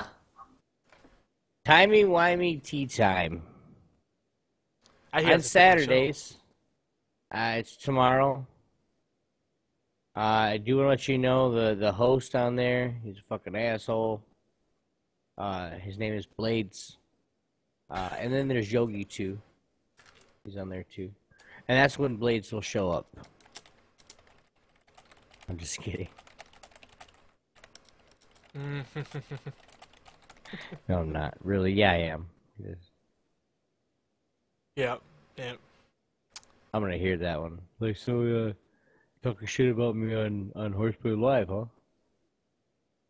Wait till he has to hear what I had to say about Once Upon a Time. We get into it. Oh boy. Nah, I like the show, but literally, and we'll get into the next segment.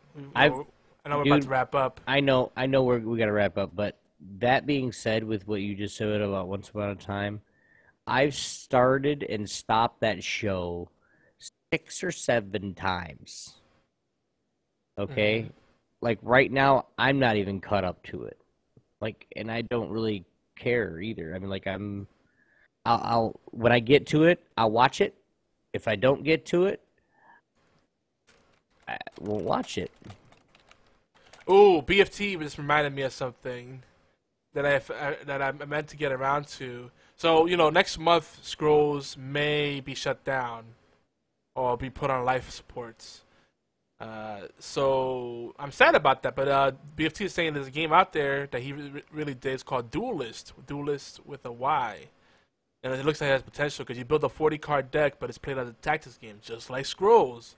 And he compared it to Hearthstone meets Final Fantasy Tactics. Or a Yu-Gi-Oh! I think Pokemon.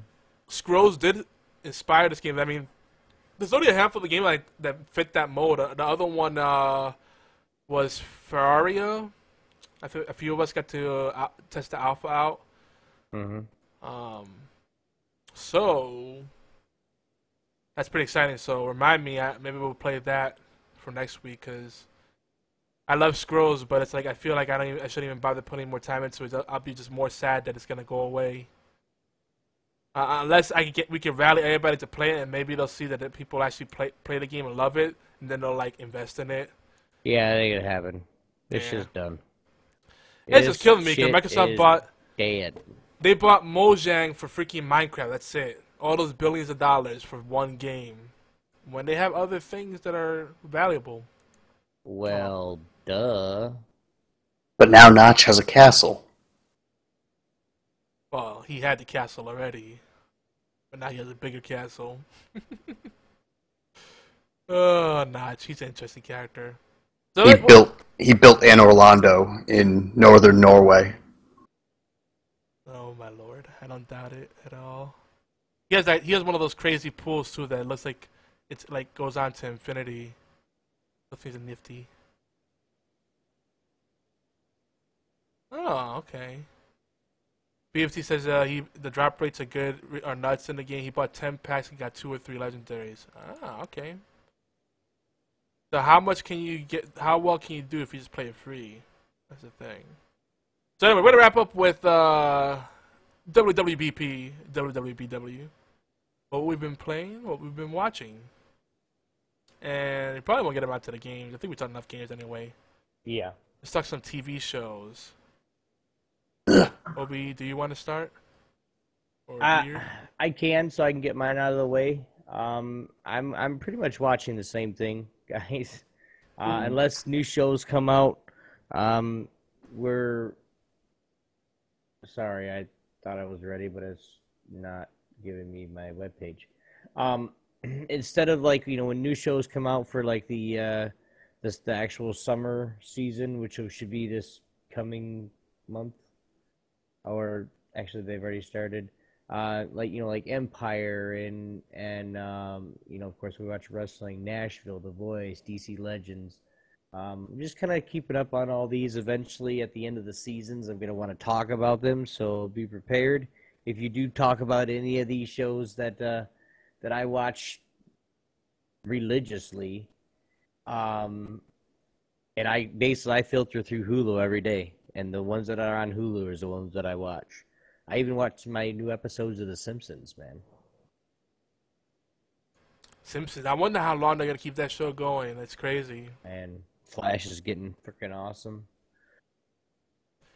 So there might be some spoilers. Some spoilers, here folks. at the end of the season, the season right here that's happening right now, I'm telling you guys need to catch up, because if you don't, sorry, you might not want to watch that show. Maybe we'll announce a dedicated spoiler cast. That's what we'll do. But just to catch up, so is that all you've been watching, Obi? But yeah, what else you know? I've been watching some birds fly in the sky. I didn't think that was too relevant or important, so I didn't say it. But I can tell you what I've been watching the whole time. Well, the Flash. Flash is getting awesome. Yeah, they didn't sit on the loss of the Speed Force. I like the way they handled it though. I kind of saw it coming, but I was still satisfied with it. I didn't see it going into that to where he actually had. Yeah, I didn't see where he actually had to go to get it. You know what I mean? Like, shit. I'm gonna stop talking because I'm gonna give something up.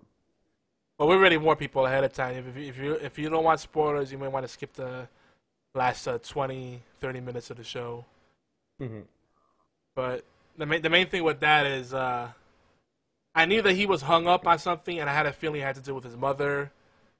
You know, like, because you could tell they kind of telegraphed it really hard, like his body language, and he kept that, like he was beating himself up constantly. Like he had weight. He had baggage. Yeah, because I mean, what kid is not gonna think about he had a chance to save his mother, but he didn't, so he let his mom die. I mean, what kid's gonna be right after that, regardless who he is? Yeah, but his personality, like that's just him. He like takes he's a lot a helper. more. He wants to help. He takes more than he can actually do, and he just through his perseverance and retardation, he actually gets it going. I'm kind of liking Iris again, but I'm still like, man, it took you this long to figure it out. You're a dummy. And like her timing, Jesus Christ, like really? And like she's a very pretty girl. Don't get me wrong, and like she could be like her personality sometimes is really cool, but like when the derp is strong with her. And I almost feel like the cop girl was better for him. She was a little cutie, man. She was fun. The other thing with her is she was way too nosy and pushy. Uh-huh. And if he couldn't like come clean with her, like that I knew that she was gonna blow up. He should have just told her straight up from the beginning. Look, this is the deal. What I'm about to tell you is gonna put your life at risk. If you're willing to live with that, cool. If not, there's the door. Like it's still stupid that she left True. after everything. Cause he saved her, and she knew it was him. I liked her a lot. Like she was a cool chick. I don't know. Anyway, that's just personal preference. Yeah, man, me too. Are you being facetious, or are you actually agreeing with me? I'm agreeing with you and being facetious at the same time. What a dick. I'm a little bit... yeah. Mm-hmm. Terrific. This is good radio here. It is good radio, dude, because they get to hear the ramblings of a drunk motherfucker.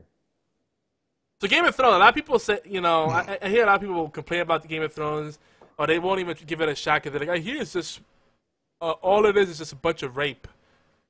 Boobs and dragons. And I'm like, there's a little more than that, but... That's why I got it, damn it. I'm like, this, you know, it's not as focused as that people think it is. Like, yeah, I'll be the first to say, like, as far as plot, you don't really watch it for the plot. There's rape and shit in there? Yeah, every now and then, yeah. And there's dragons.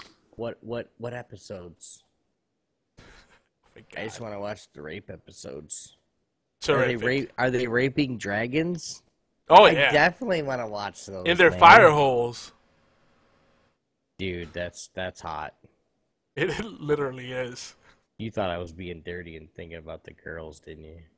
Nasty motherfucker. I gotta say, though, this season, it feels like they're taking a lot more time to do character development and move the different, like, stories along, so... It's just a trick. It's a ruse to get you to like the characters more, and then they're going to kill them. Oh, yeah. I don't get attached to anybody on the show. Chomp, chomp by the dragon's head. Like, it's hard to have a favorite character because, like, you know, everybody's expendable, you know? It's not a very character-driven show. Like, there's been I'm not even going to get into it. they've had some really cool characters, and it's like just as they were like really like stepping up, then it's like nope. Like that guy that freaking beat the giant, kick-ass fighter, but he let his guard down, and he didn't finish the kill, so the guy gets up, gets a spear, and like stabs him with it. Oh no! He grabs him, throws him on the ground, and smashes his head in with his bare hands. That's what it was. Oh, it was gruesome. So your Dark Souls experience. Pretty much. Pretty Hell much. yeah. Let your guard down. You preemptive victory dance, and then nope. You get stabbed in the back by a baby dragon. Those things are hideous, by the way. No comment, Beard? Weird baby-headed monsters. I was having fun watching you. It made me want to buy it, but I'm like, nope, can't do it. I'm on a budget. But I'm enjoying it. oh yeah, you can see they improved on a lot of the stuff that was painfully wrong with the original two games. So outside of the regular TV watching, Agents of Shield, Flash, Legends of Tomorrow. Oh, Obi, speaking of Legends of Tomorrow, how did I not see that coming? That shit was so obvious. Yeah, you kind of. Yeah. That, like, I mean, now it puts them in an interesting situation. Like, how the hell are they gonna get out of that pickle? Oh, there's a couple. I was theory crafting the other day with somebody on that, and we come up with some really interesting pickles. Pickles. Yeah, I have It's a few some- ideas yeah, too, but still. Yeah, it's straight theory craft. It's something that we do a lot with the WWE, with the NSFW, and it's it can get pretty shaky at times. Like you don't really know what you want to do, but you really want to say it, but you don't want to say it. You know what I mean? Mm-hmm. I hear you. Mm-hmm. If anybody's watching Gotham, the whole Arkham Asylum arc is really getting good. Most of these shows are about to wrap up. I'm probably gonna start watching Gotham after this season, so that I can actually go through and watch 3 or 4 seasons, get caught up, watch everything at once. There's only 2 seasons. Well, whatever it is, get everything caught up at once, so then I can actually pay attention, and then I can actually know what's going on when coming into the next season. I don't have to sit there and go, wait, what's going on? Yeah, it's a great show as long as you don't expect it to be a Batman story. That's the main thing. Yeah, that's the one thing that turned me off in the beginning, but I've been watching previews of, the new stuff coming out and what's going on near the end of the season, so I'm gonna watch it. It's worth it. It's really fun. It better be, bro. I love it. It's one of my top shows. It's one Not of the few worth shows it. I'm actually eager to keep up with. So I've been watching. So I just been watching a lot of anime, or anime, if you want to be proper. Enemy. Yeah. Sure, we'll go with that. Of course, Naruto. Caught up with that. The filler arcs finally ended, so they're actually bringing the whole ghetto statue, Ten Tails, Infinite Dream kind of stuff to an end. And of course, all the freaking asshole fans out there are like, "Oh, I know how it ends already. Naruto and Sasuke showdown." And I'm like, okay, well, some people don't know that. Some people don't read the manga, And it's at this point, I know how it turns out anyway too. But I just want to see how they handle it in the anime. The thing that makes me sad is like this show's been going for 13 years, and the series creator said it's time to move on. He wants to move on to new projects. So this might be the last of it. We get a little trickle of content next year from the stuff that gets dubbed and subbed from Japan, but that's it. Yogi, are you gonna be all right, bro? I'm sad about it. It's the end of an era. This is like one of my favorite shows. It's like been a part of my life. Like it's just different. Why should I make sure? I want to know because I mean, I don't want you to be sad. I'll definitely. I'll shed a tear in private, and I'll put it in a little box. Well, if you need, if you need a shoulder to cry on, go the fuck somewhere else. Okay, thanks. That's terrific. Fucking baby. I'll just make fun of you for mourning the loss of Naruto. I will definitely make fun of you. Every stream, I will dedicate 5 minutes of my stream to making fun of your mourning the loss of Naruto. This is my pick-me-up show. This is like my go-to when I just want to like disappear and get away from all the bullshit of every day. That's the world I like to escape to. Now I don't have that anymore. That sucks, man. So what are you gonna do? I don't know. Maybe rewatch it. There's bound to be more that'll come out. Don't tell me you're gonna kill yourself because 99% of the time people don't do it because they're scared anyway. So Jesus Christ. Christ. If you're gonna do that, just he's really going off. If you're gonna do that, what I need you to do is just don't tell me and just do it. I don't even want to know. You know what I mean, bro? Should I leave a letter or not? Do us all a favor and just vanish. Boom. I think writing a letter is the best way to go because chances are that if you write the letter, you'll realize your logic is flawed. You realize you're a fucking moron and you'll not kill yourself. Yeah. I'm writing this letter because, and I know these things happen, I'm not picking on anybody. But if you sit there and go, I'm writing this letter because I just can't go on, I'm going to take my gun and I'm going to go point it and put it in my mouth. And I'm going to then pull the hammer back, and I'm going to, what the fuck am I talking about? I'm not doing this shit. Or someone else wrote that letter for you. It's set up. Like they made it look like a suicide. Oh man, it's like every other episode of CSI or whatever. You've done that. You've done it before, haven't you, Yogi? No. Helping friends out.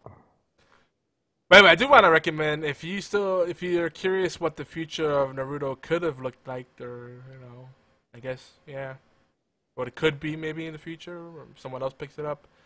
The Naruto, the last movie, was fantastic, and Boruto, the story of his son, is pretty neat too. And you get to see like the generations grow up. It's pretty neat. And you also get the moment that most of the fans have been clamoring for when Naruto hooks up with a certain woman. Now we're back on sex. Great. Anyway. I thought you were going to jump in there with a your mother joke. He missed it. Letting me down, Obi. Yeah, I wasn't comfortable at the time. Well, the show that I was hoping would fill the void of Naruto was World Trigger, and I caught up with that, and I guess I wasn't paying attention at the news in the anime world, but I found out that as I at the very end of the episode, last episode for now, but maybe if you keep watching, we'll come back, because some shit happened where the network started a sports block, and so the anime block got kicked off, and a bunch of crap. I was really liking World Trigger. I still recommend checking it out. It's only 2 seasons, not even 2 whole seasons. 73 episodes. I think exactly how much they came out with. The manga is still going, so they still have source material to go on. So that's encouraging. I like that world. Like these kind of epics.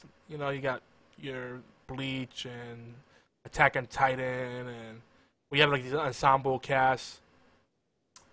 I'm looking forward to more World Trigger. Hopefully it does come back. Caught up with One Piece. One Piece is almost 20 years old. In 3 years it'll be 20 years old. That's crazy. BFT, shut the fuck up. But the problem with he's enjoying Doom. Bastard. You know BFT's doing the story. He's not touching multiplayer. He's not the guy that jumps into that multiplayer. Yeah. Rub it in that we can't freaking play. Dirtbag. Now, people often will complain that Dragon Ball Z tends to have a lot of filler and they stretch out stuff. Yeah. But One Piece is even crazier when it comes to that. I mean, it took them it feels like 2 years to wrap up the Doflamingo arc. And it's crazy, but it's still fun to keep up with. My last recommendation for anime is something I just wrapped up. It's only like a 12 or 13 episode miniseries. It's called. It's a long title. I'm just gonna give you the short one. You can look it up as Shimoneta or Sox, SOX, where the O actually replaces something else. Use your imagination. That's typical Japanese content where you have a O or circle replace something else to censor it. So the full title Let's talk translates. about sex, baby. Let's talk about. Wait, is that what now I'm supposed to do? No, it's exactly it. Oh, good. But I the full thought I missed my cue. No, you got it, you got it. But the full title is actually translates to roughly a boring world where dirty jokes don't exist. And it just with that translation, you know what to expect. This is a fun gag anime. It's fucking fun. Like it's about censorship and the whole story is the censorship that happened in Japan. They enforce it with these these wearable tech pieces. It's like a bracelet that you can surf the internet with and check the news, right? But the trade-off is that if you engage in impure acts, it calls the decency squad, the police, and you get arrested. And any indecent materials get confiscated and all this stuff. Like they destroy all the porn mags and hentai stuff and suggestive action figures that are in suggestive clothes or revealing clothes. They're actually the decency police was actually what got the victory pose from Overwatch for Tracer. They're the ones that pushed to get rid of it because the devs had the little bracelet on and they got an erection while they were playing the game. And the decency police came in and said, nope, can't do this. You got to get rid of this victory pose because you're showing a girl with a flat ass. Why were people offended by that pose? Like, she's not even sticking her ass out. Like, it's her backside. She's not bootylicious. It's a playful Here's the pose. thing. What happened was the original post that was put up about complaining about the pose was then kind of telephoned and warped and twisted into like this SJW manifesto about how sexualizing her is wrong. Yeah. When originally at its core, the pose doesn't fit the character. It's very just flat, look at my butt. Not like the character's actual personality like they did so well crafting it for everyone else. Which is why they changed it to a similar look at my butt pose. But it's more of like a playful pin-up style. It's stupid because the original pose, her butt did not stick out. Like, that's not what I was looking at. Like, there wasn't really much there to look at anyway. Like, she's kind of skinny. She don't got the junk in the trunk. Sorry. White girl. She's below white girl booty. She don't even got that. Like, at least you would expect a little bit of pog status. The Asian She don't got the pog. She don't got the woody. She don't got any Asian booty? Oh, yeah. But she had a British accent. Yeah, so that makes her sexy. Oh, damn. I'm confused now. Yeah, but I think that whole thing was blown out of, proportion. Oh, absolutely. Watching the socks makes me... I'm watching that, and I was just thinking about the whole Tracer thing and all the stupid social justice warriors that make everything into a battle, about equality. It's like, stop it. Like, stop. Like, there was another thing, there was something where some indie company targeted the developers, CD Projekt Red, people that make Witcher, saying that their games are sexist. And I'm like, you picked the wrong fight there, too, because, like, from what I understand in Witcher storyline, especially Witcher 3, the female protagonist is the strongest out of all of them.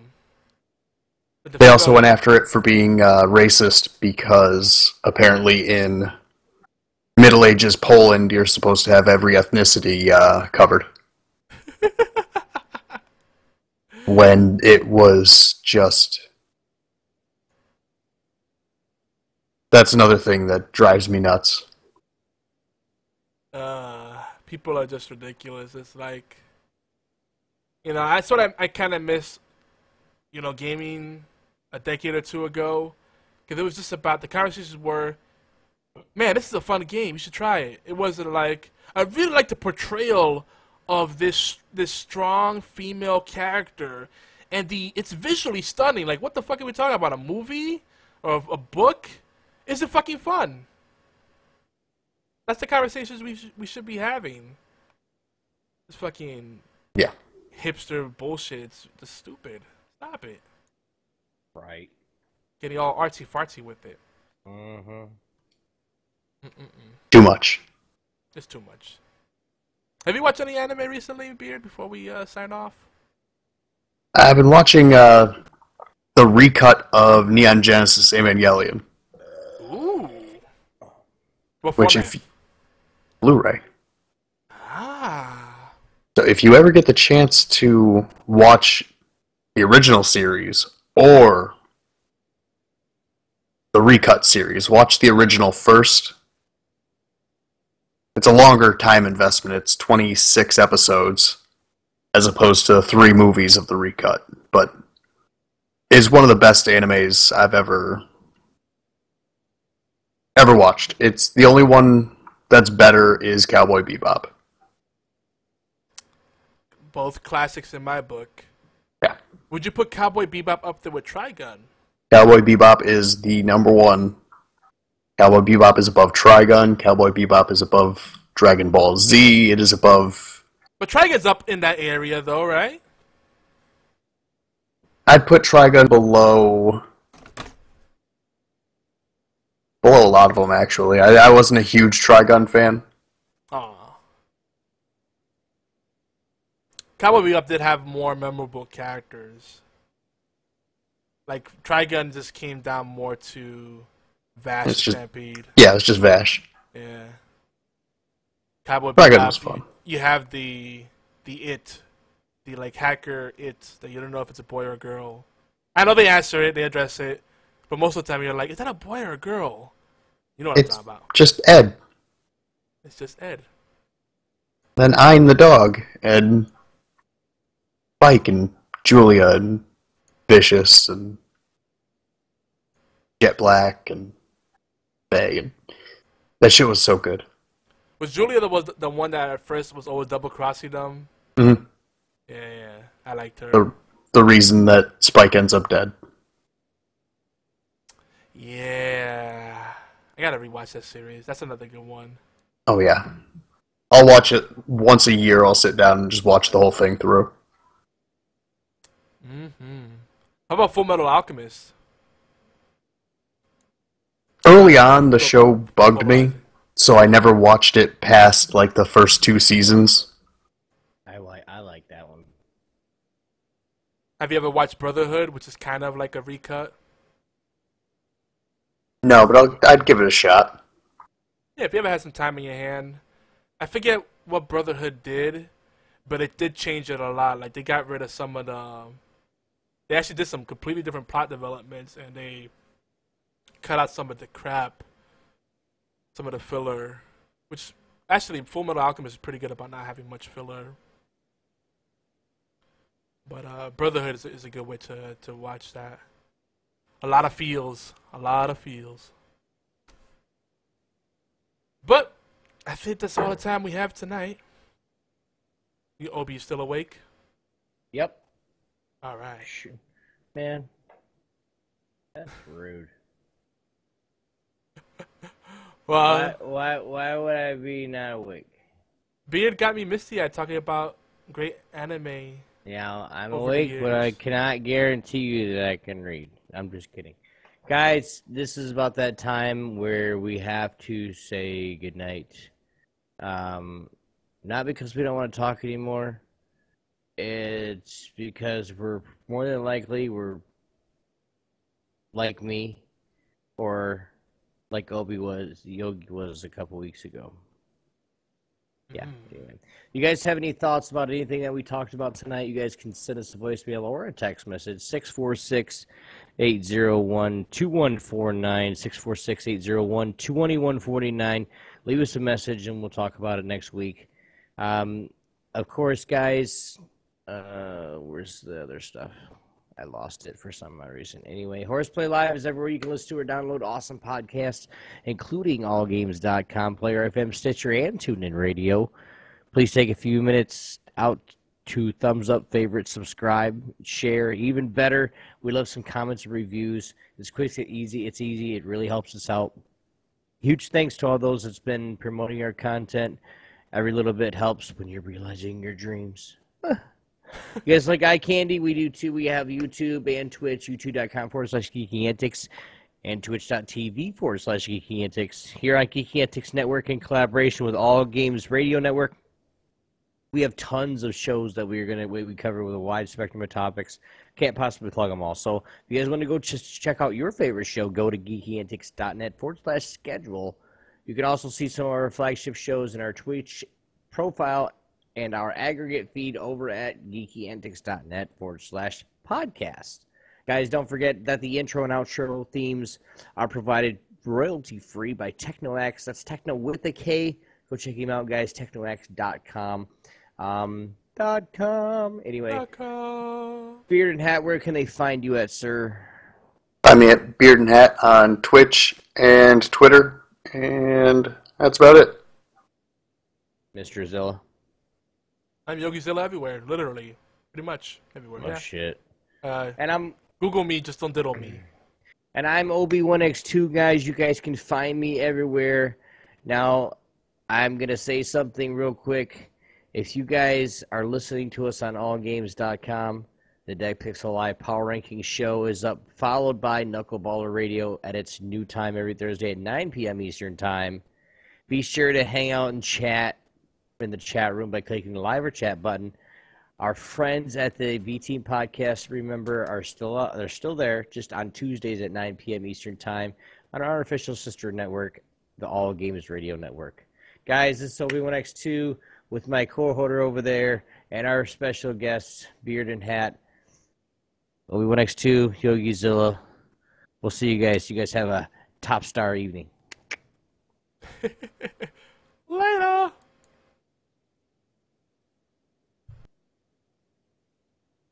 Whenever he starts it. Top star.